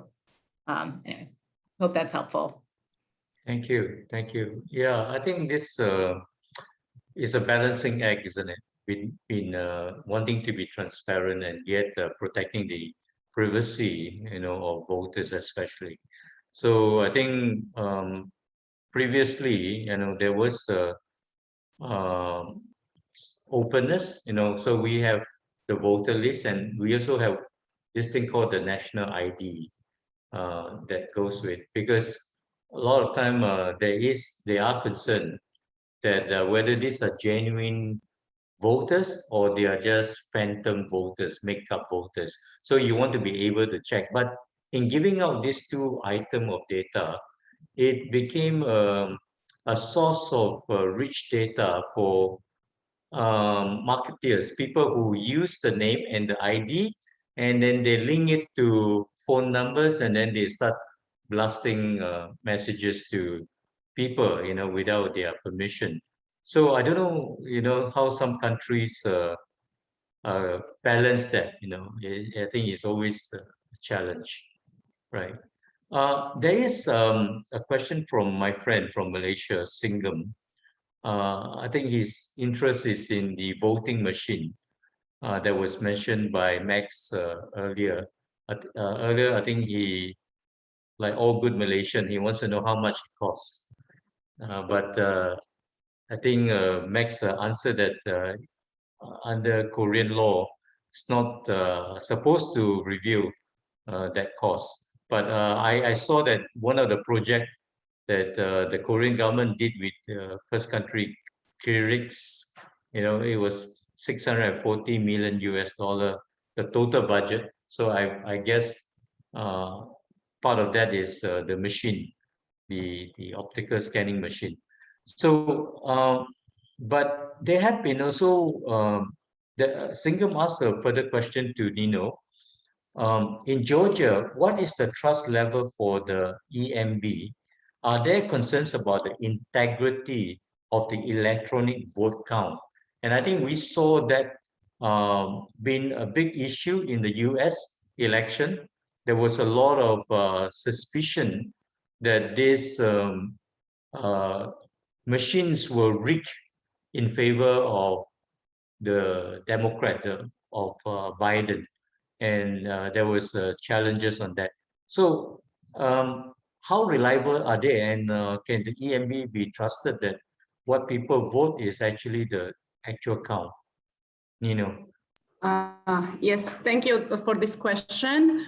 As for the trust towards election administration, so we can measure it by the polling what we have, for example, international organization, NDI does polling in Georgia, for example, and IRI also.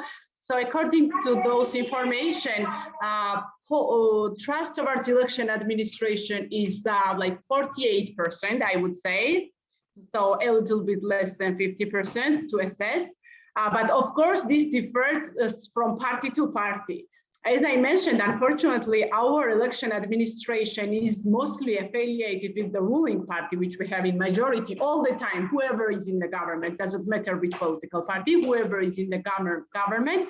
So that's why, for example, that party and that party supporters who is in the government, they trust our election administration, and opposition does not. So in Georgia, unfortunately, we have quite big polarization, I would say. So one side trusts election administration and another side doesn't trust. So it's also a political game. And when it comes to these optical scanning machines, so we just had piloting it. It is not like mandatory for the whole country. We had pilot only in one district election commission, we call it. So what we saw that it is quite trustful, what we saw at this stage, because voters are like putting their ballots there and the machine is scanning and doing counting itself. But so the problem here is in Georgia, for example, is that if you do not trust election administration, you may not trust technologies as well.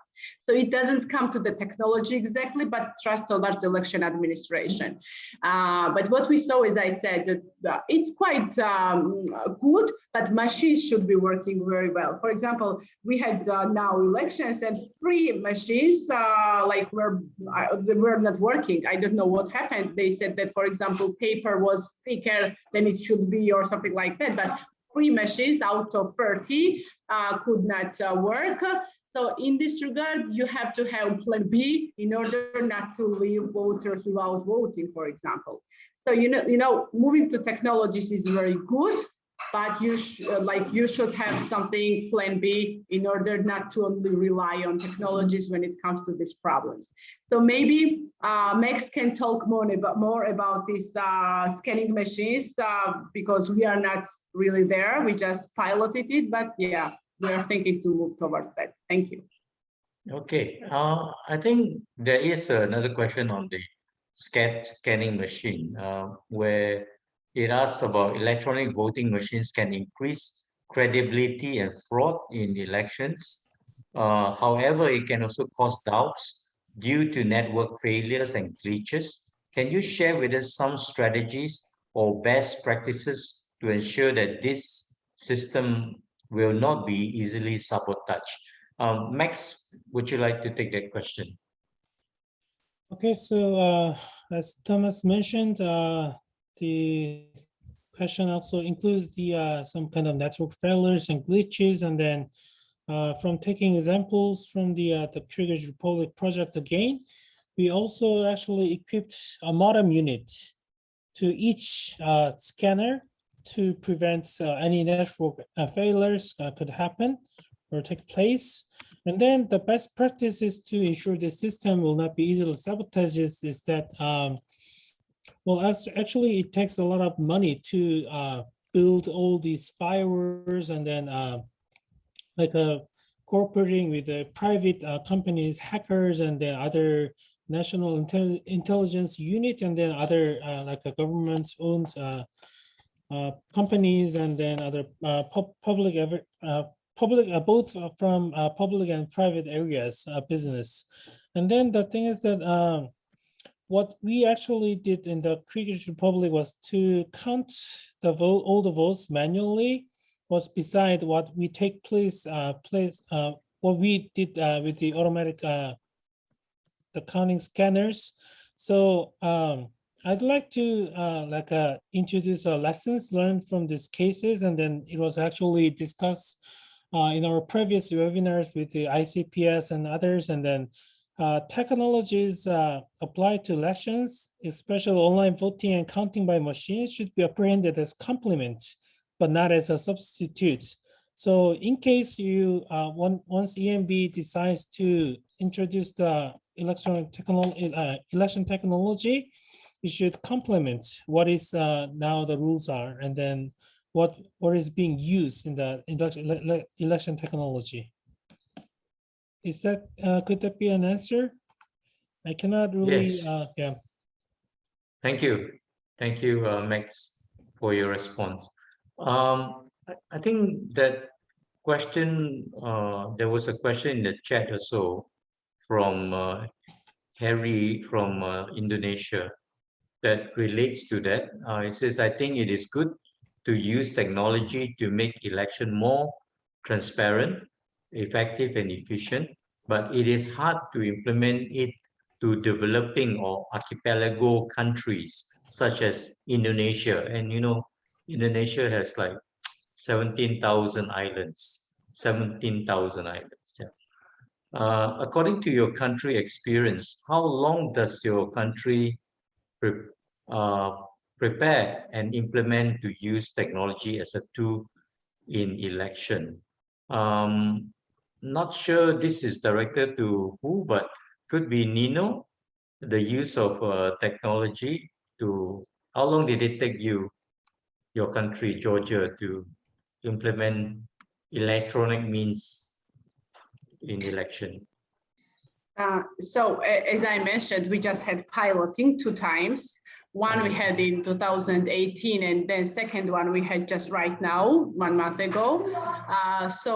And I can say that we are not ready right now. We still need several pilots. So it takes like several years, I would say, at least for our country, because to prepare election administration and commissioners to know how to do that, because we have seen these problems that commissioners didn't know, and also in terms of rising voter awareness, because people had also difficulties. So for our countries, I would say that was several years, but In terms of legislation, it's quite already there. Yeah. And in terms of legislation, it doesn't need much time, but yeah, preparation and knowledge needs time.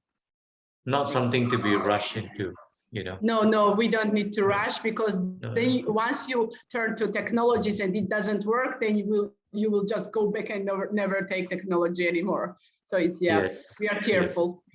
yes. Okay, I want to pose a question to Patipat, because we have Rajaram Batulau from Nepal, who has expressed some concern with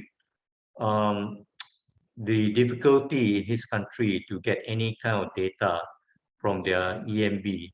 And I think there are many EMB that operate in that manner. They don't see the principle that Julia brought out, that election belongs to the people, therefore data belongs to the people. They don't believe in that, because they believe that data belongs to themselves and it should be dispensed on them. I think Thailand probably has some challenges like that as well. So how do you overcome it? How would you advise our friend Rajaram? Patipat. Yeah, thank you very much for the question. I think it's like highly related to the context of the country. For example, in Thailand, it's from the central government, is from the top that that the mentality, I would say, of the government officer would be the data doesn't belong to the citizens. So for us, we just internally we say that we just hack the way out of it. So like if we want that kind of data and government would either don't provide it or they don't have it, we just try to create it ourselves. I learned some of the interesting experiences from our friends in Taiwan, and they have the similar movement that trying to open the government data by either requests from the government or even doing the kind of like flash mob by the like coordinate the request in several cities in Taiwan at the same time. So it's like make the serious civic movement to become more engagement and more exciting for everyone to get. So I think that's very interesting, and that's what we are trying to do, make the civic engagement interesting, and in the same time generate the data that could be useful. Unfortunately, I'm not sure about the lawmakers movement. I believe there are some kind of there attempts trying to free more data and draft some new laws to allow the accessibility of those data more accessible. But yeah, it's still a long time. So I would suggest that doing whatever we can to engage the citizen and use citizen power to press to the government or create our own data and open it, make it an example to the government officers that this kind of data is useful if you open it. So in short, basically identify the kind of data that you want, could be election result, and then mobilize the people to gather those data and send it to you when it's not freely available by the EMB, right? So thank you so much.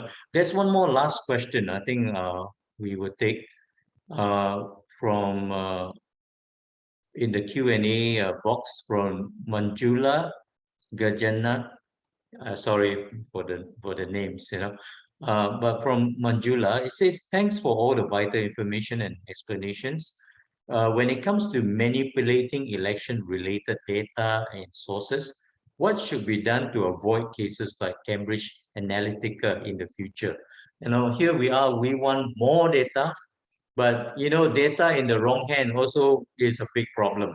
You have people that use those data and sell it to the highest bidder at the expense of democracy. So how do we deal with that? Julia or Nino or anyone like to take it? Julia. Yeah, I'm happy to weigh in there a little bit, but if others would like to contribute as well. I think that's a good question. And I think there's a few different angles to try to get at that. One is all goes back to transparency, but also to, specifically to campaign finance transparency and political spending transparency, because we are still seeing even more and more political contestants are hiring these shady, foreign consultants, these public relations firms, digital media firms to help them with their campaigns. And a lot of these firms are not necessarily good actors and are, contributing to disinformation campaigns. And so I think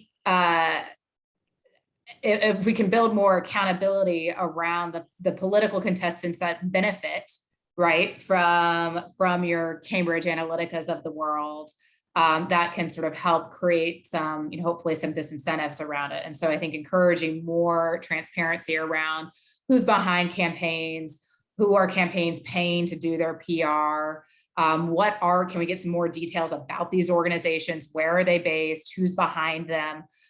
Then that can be really helpful. But then the other side of the coin is really looking at digital privacy legislation. One of I would look at the European model, a lot of what they've done when it comes to GDPR and things like that. That's all about protecting citizens' information online. And again, this is not protecting it from like open election data, but it's protecting it from companies, right? And how companies are taking public data or taking personal data and manipulating that and using that as kind of a political weapon. And so I think that there's this transparency angle, but there's also, I think, something we can do to help protect, digital citizenship online and digital rights online. Yeah. Anyone else who would like to weigh in on this issue of data privacy and access? No. Okay. So I think we are coming to the end of this session, and I just want to thank every participant who have joined us throughout this session and for your contribution and your questions. And most of all, I want to thank the 4 panelists for your excellent presentation. I think whoever put you guys together knew what you have, and it was it's a good mix. And I think it gave us a very broad appreciation of the importance of open data and also the importance of electoral integrity in this. So with that, I just bring this session to a close. Thank you very much. Have a good day wherever you are. Stay Thank safe. you very much, Thomas, as well, for being wonderful moderator. Thank you. Most welcome. Thank you all. My pleasure. My pleasure. Take care. Chung Long, back to you. All right. Thank you all speakers of this panel, Nino, Julia, Patipat, Max, and our excellent moderator, Thomas. I would also like to take this opportunity to especially thank Julia from NDI, who become the co-facilitator in one of the working group that was formed before the AESF 5.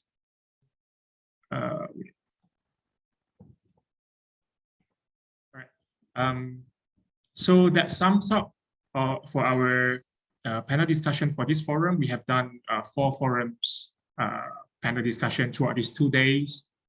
I'm sure many of us have learned a lot from these panel discussions and maybe get some inspiration from these panels. So as I mentioned just now, we had some working groups from before AESF 5. We have 3 working groups on various topics, on inclusive and participatory elections, on electoral integrity, as well as best practices for election management during COVID-19 pandemic. So this 3 working group, we have a total of about 200 participants took part in it, and we had some meetings to discuss various challenges and the solutions to address them.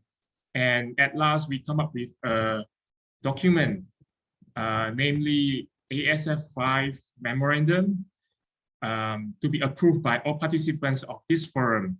So I will now pass it to NFREL Executive Director, Chanani Watawala, to present the document and for the closing session. Over to you, Chanani.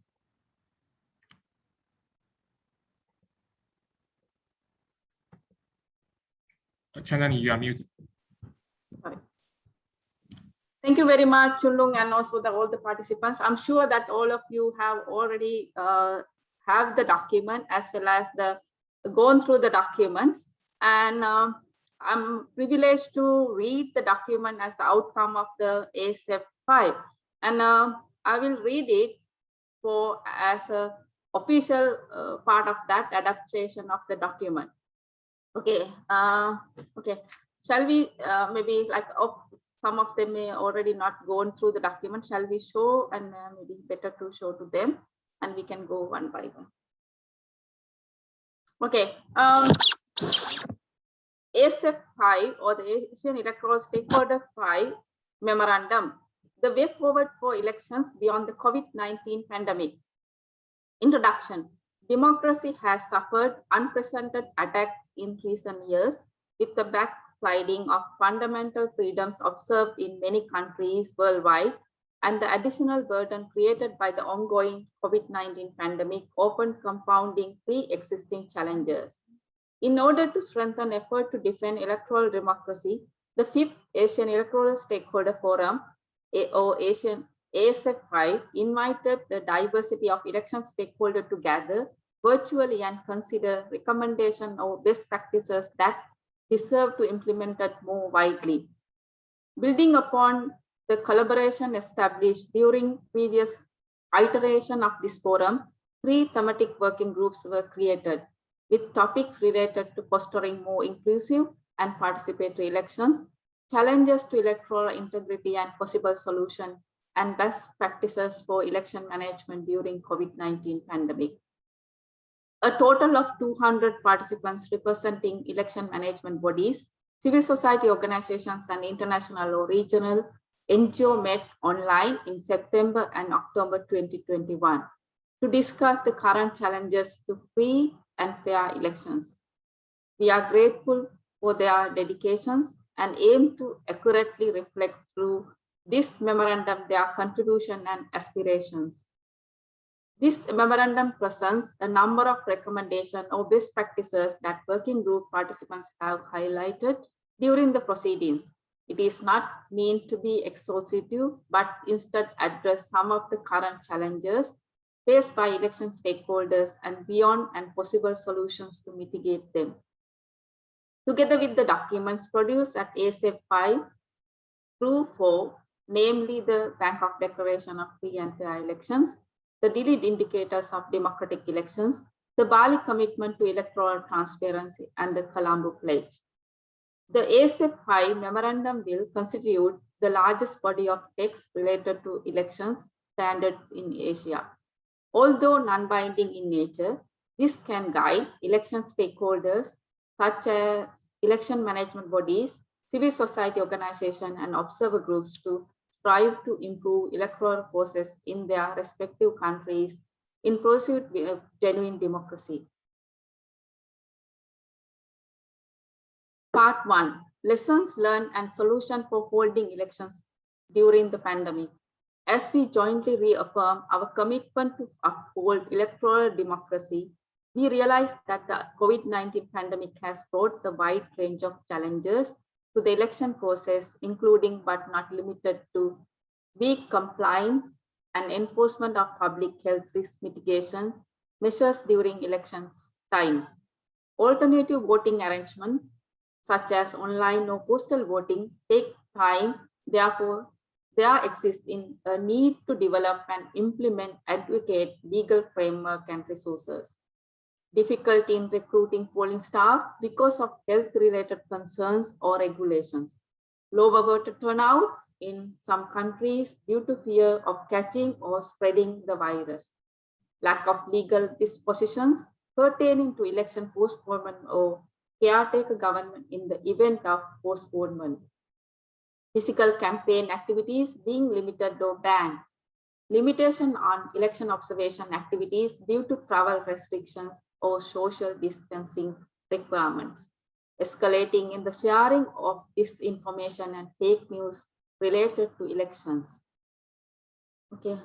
Together we support the following good practices with regard to holding free and fair elections during the COVID-19 pandemic, drawing mainly from the experience and lesson learned of countries that already have held elections under these circumstances. Provide a safe voting environment by adopting health risk mitigation measures, including social distancing, face mask wearing, and hand washing stations, so that voters can cast their ballots with confidence. Election management bodies should implement a comprehensive risk management plan, adopt special voting arrangements such as extended hours, advanced voting, postal voting, etc., where possible to reduce congestion and physical contacts at polling stations. Amend election laws and regulations where applicable in order to tackle the challenges brought by the pandemic accordingly. For instance, by introducing into law the special voting arrangements mentioned about the empowering election management bodies with the necessary powers to deal with unprecedented challenges. In case revision of laws and regulation is not possible, overcome the unexpected challenges in a creative way, while abiding by the existing legal framework, for instance, setting up a special early voting stations to allow COVID-19 patients and medical personnel to vote. Facilitate cooperation among relevant bodies, especially the election management bodies and public health authorities. Make efforts to maintain the transparency of the election process and where applicable to explore different approaches to traditional election observation, such as online or remote monitoring and crowdsourcing data collections. Take steps to counter misinformation and disinformation related to elections, such as fact-finding and voter education or news literacy campaigns. Part 2, addressing challenges to electoral democracy and possible solutions.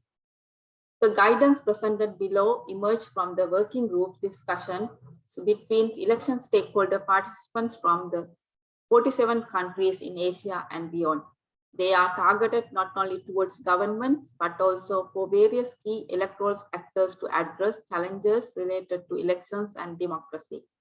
While the suggestions are made based on common principle for free and fair elections, we recognize the diverse situation in the region and the need to take into account the context of each country.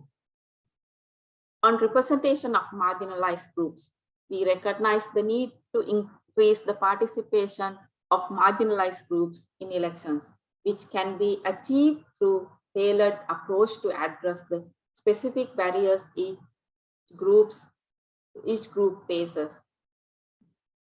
There remains a lack of political culture supporting the political participation of women, youth, persons with disabilities, LGBT or indigenous people and other marginalized groups. It is essential to promote, educate and raise awareness among these populations as well as with all election stakeholders.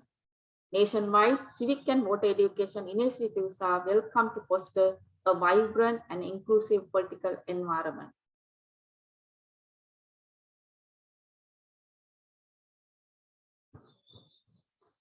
To promote women's participations, we suggest considering special provision to increase the representation of women in all assemblies, local or national, or introducing quotas for women candidates or reserved seats. Election management bodies and political parties should also make efforts to include women in decision-making roles. In the spirit of inclusiveness, undue voting restrictions based on profession, religious affiliations or detention status should be removed. The possibility of transgender people to register as voters or candidates according to the gender they identify with instead of the one assigned at birth should be facilitated. On alternative voting mechanism and accessibility, voters who reside in a different location than where they are registered, such as migrant workers or anyone unable to vote at their assigned polling station on election day, should be provided with the opportunity to cast their ballots remotely, either in person or through alternative physical or digital means. Citizens residing overseas should be provided with an opportunity to vote either by mail or otherwise, which should be as accessible as possible. Election management bodies should ensure that polling stations are accessible to voters with impaired physical mobility. To that effect, conducting infrastructure accessibility audits and collecting data on special needs during voter registration help focus resources where they are most needed. When possible, the use of mobile ballot boxes for voters with special needs, such as those with disabilities, the elderly or prisoners, is also commendable practice. Election management bodies, political parties, and other stakeholders should strive to meaningfully engage with persons with disabilities during elections. For instance, by providing visually impaired voters with braille ballots or sign language interpretation during campaign debates, as some countries do. Disabled people organizations should be consulted by legislators and election stakeholders to better ensure their inclusion in the political process.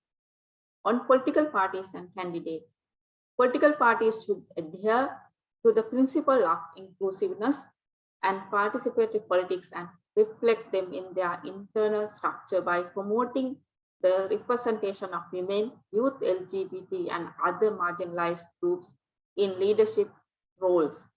Independent candidates should be allowed to run in elections alongside those endorsed by political parties. Voters should be represented with the genuine diversity of political parties, and candidates to choose from. The dissolution of disqualification of political parties must not be politically motivated or sanctioned by individual wrongdoings. On election observation, we recognize the bureaucratic accreditation process and restriction related to COVID-19 can present logistical, timing, and movement barriers to both local and international election observers. Government and election management bodies should acknowledge and promote the participation of non-partisan election observers in the election process and minimize the bureaucracy in their accreditation and observation process. On the other hand, the rise of partisan or co-opted election observation groups is a worrying dynamic, and election management bodies and civil society should work together to identify and hold these organizations accountable. Local and international election observers should strive to more comprehensively and systematically monitor emerging threats to electoral integrity, including campaign finance and information disorder. This may include developing partnerships or cooperation with investigative journalists, fact checkers, or other specialized organizations. Donors should consider allocating more funds for pre-election monitoring, including campaign finance and social media monitoring, as these are the greatest threats to electoral integrity in the latest trends. On campaign finance, legal frameworks regulating campaign finance in many countries are too vague or weak to be enforced and failed to adequately address current political finance challenges. Some are riddled with loopholes that can be easily exploited, and the penalized are not served enough to serve as deterrents. We recognize the need to strengthen legal frameworks for campaign finance to provide spending and donation limits in line with international good practices, limit foreign donations, close loopholes that enable undisclosed spending, oversee political spending, online and empower election management bodies or other independent oversight bodies to interpret, implement, and enforce relevant regulations. We recommend that government consider institutionalizing public campaigning financing accompanied by greater transparency and disclosure requirements in order to create a more level playing field among political contestants, including independent candidates. On information disorder and hate speech, the rise of disinformation, hate speech, and other forms of information disruption is a growing threat to electoral integrity, particularly as it affects political participation and confidence in the electoral process. Engage private actors, especially media organizations and social media companies, on steps that they can take to monitor and counter hate speech and disinformation on their platforms that is relevant in the particular country context. Social media companies should enhance transparency of political advertising on their platforms and increase their capacity to moderate contents in accordance with their terms of services. On technology-related applications in elections, government and election management bodies should consider adapting online voter registration to enfranchise more eligible voters. In case election technology is used in voting, counting, and result transmission, it should be transparent, variable, and auditable.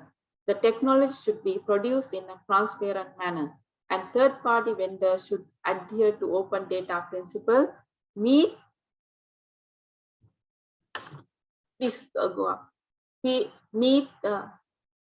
cybersecurity standards, and without conflicts of interest.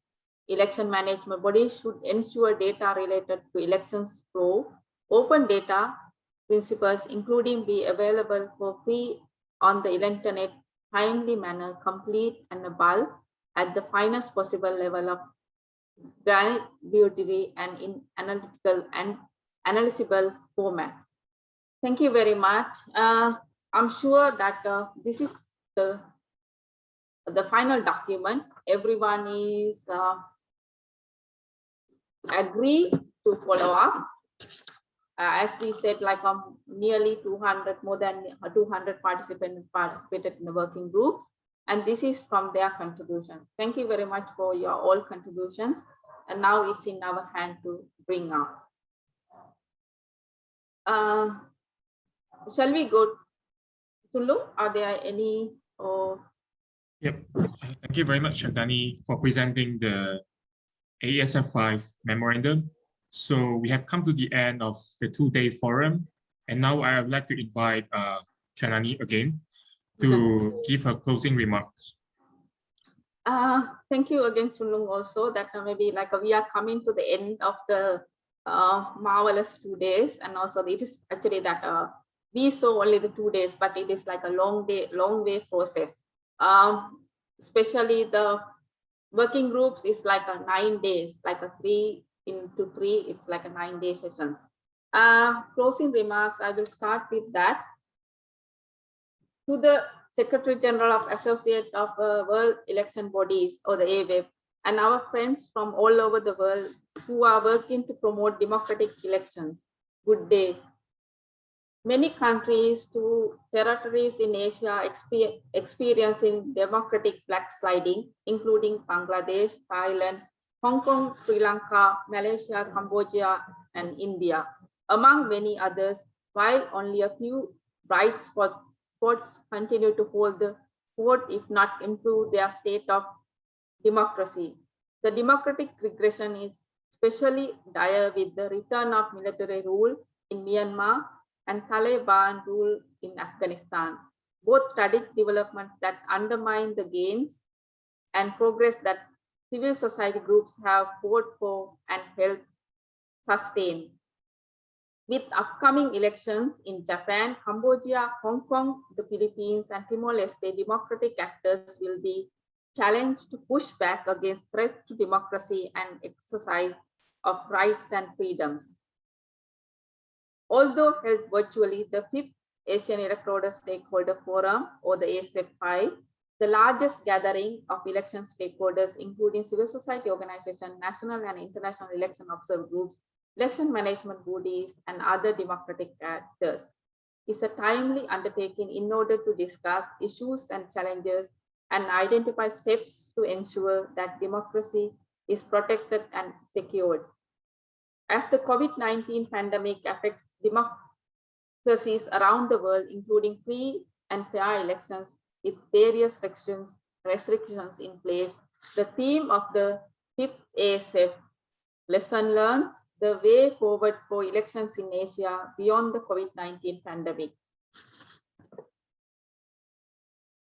encapsulate the current state we are in, the intents to reflect on the pathway moving forward. I would first like to thank and congratulate our co-host AWEB for successful AESF 5th. We received over 300 registrations. This shows that the community remains steadfast in their commitment to promoting free, fair, and democratic elections. I would also like to express my gratitude to our friends at the National Democratic Institute, or the NDI, International Foundation for Electoral System, IFES, International IDEA, for their support, cooperation throughout the working group sessions, as well as the overall AESF. And the successful conduct, finally, democratic elections are not easy in many countries. Ensuring democratic elections cannot be possible if we work individually. We have to work together to achieve free, fair, and democratic elections. Once again, I thank all of you and look forward to seeing you in Kathmandu, Nepal for next AESF, or the AESF Asian Electoral Stakeholder Forum 6. Stay safe. See you again. Thank you very much. Thank you, Chandani. Last but not least, I would like to invite Dr. Seung Kim, Advisor to the Secretary General of AWEB, which is one of the co-hosts of this forum, to give his closing remarks. Thank you, Chung-Nung. On behalf of the Secretariat of AWEB, I would like to say a few words. To begin with, I would like to thank AMFREL leadership for giving us the kind offer to co-host the 5th Asia Electoral Stakeholder Forum. The co-hosting of this forum has made it possible for various election stakeholders to gather together and share their views of various aspects of election. On top of that, this was a great opportunity to strengthen the partnership between AMFREL and AWEB. I'm looking forward to further cooperation between the two organizations in the near future. Before the plenary sessions, we had 9 working group discussion meetings, which took a long time and hard work.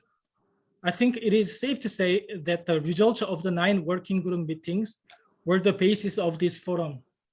I would first like to thank all our devoted facilitators, Melika Atik, Amel Fier, Julia Brothers, Sarindu Abey Ratna, and Adi Aman for successfully leading all the discussion. I would also like to thank every participant for taking time out of their busy schedule and making tremendous contribution to the working group discussion.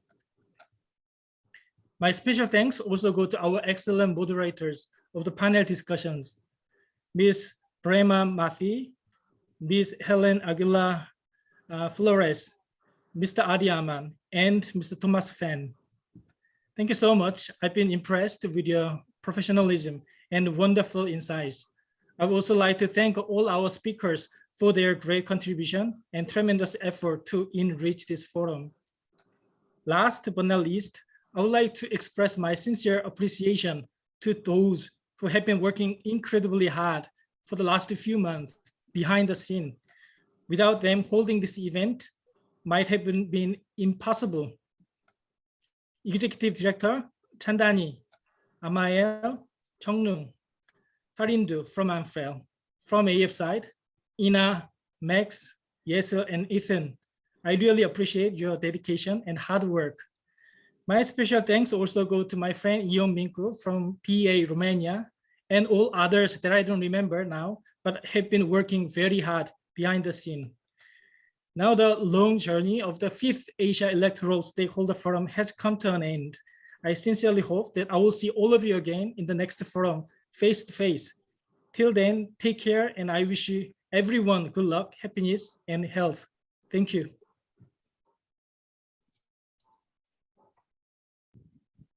Thank you, Dr. Seung Kim, for the closing remarks. I once again thanks all participants for joining us for these 2 days, and that wraps up our 2-day forum. It's been our pleasure to host this forum, and we hope to see you again in the next AESF. I wish you all a good day. Thank you.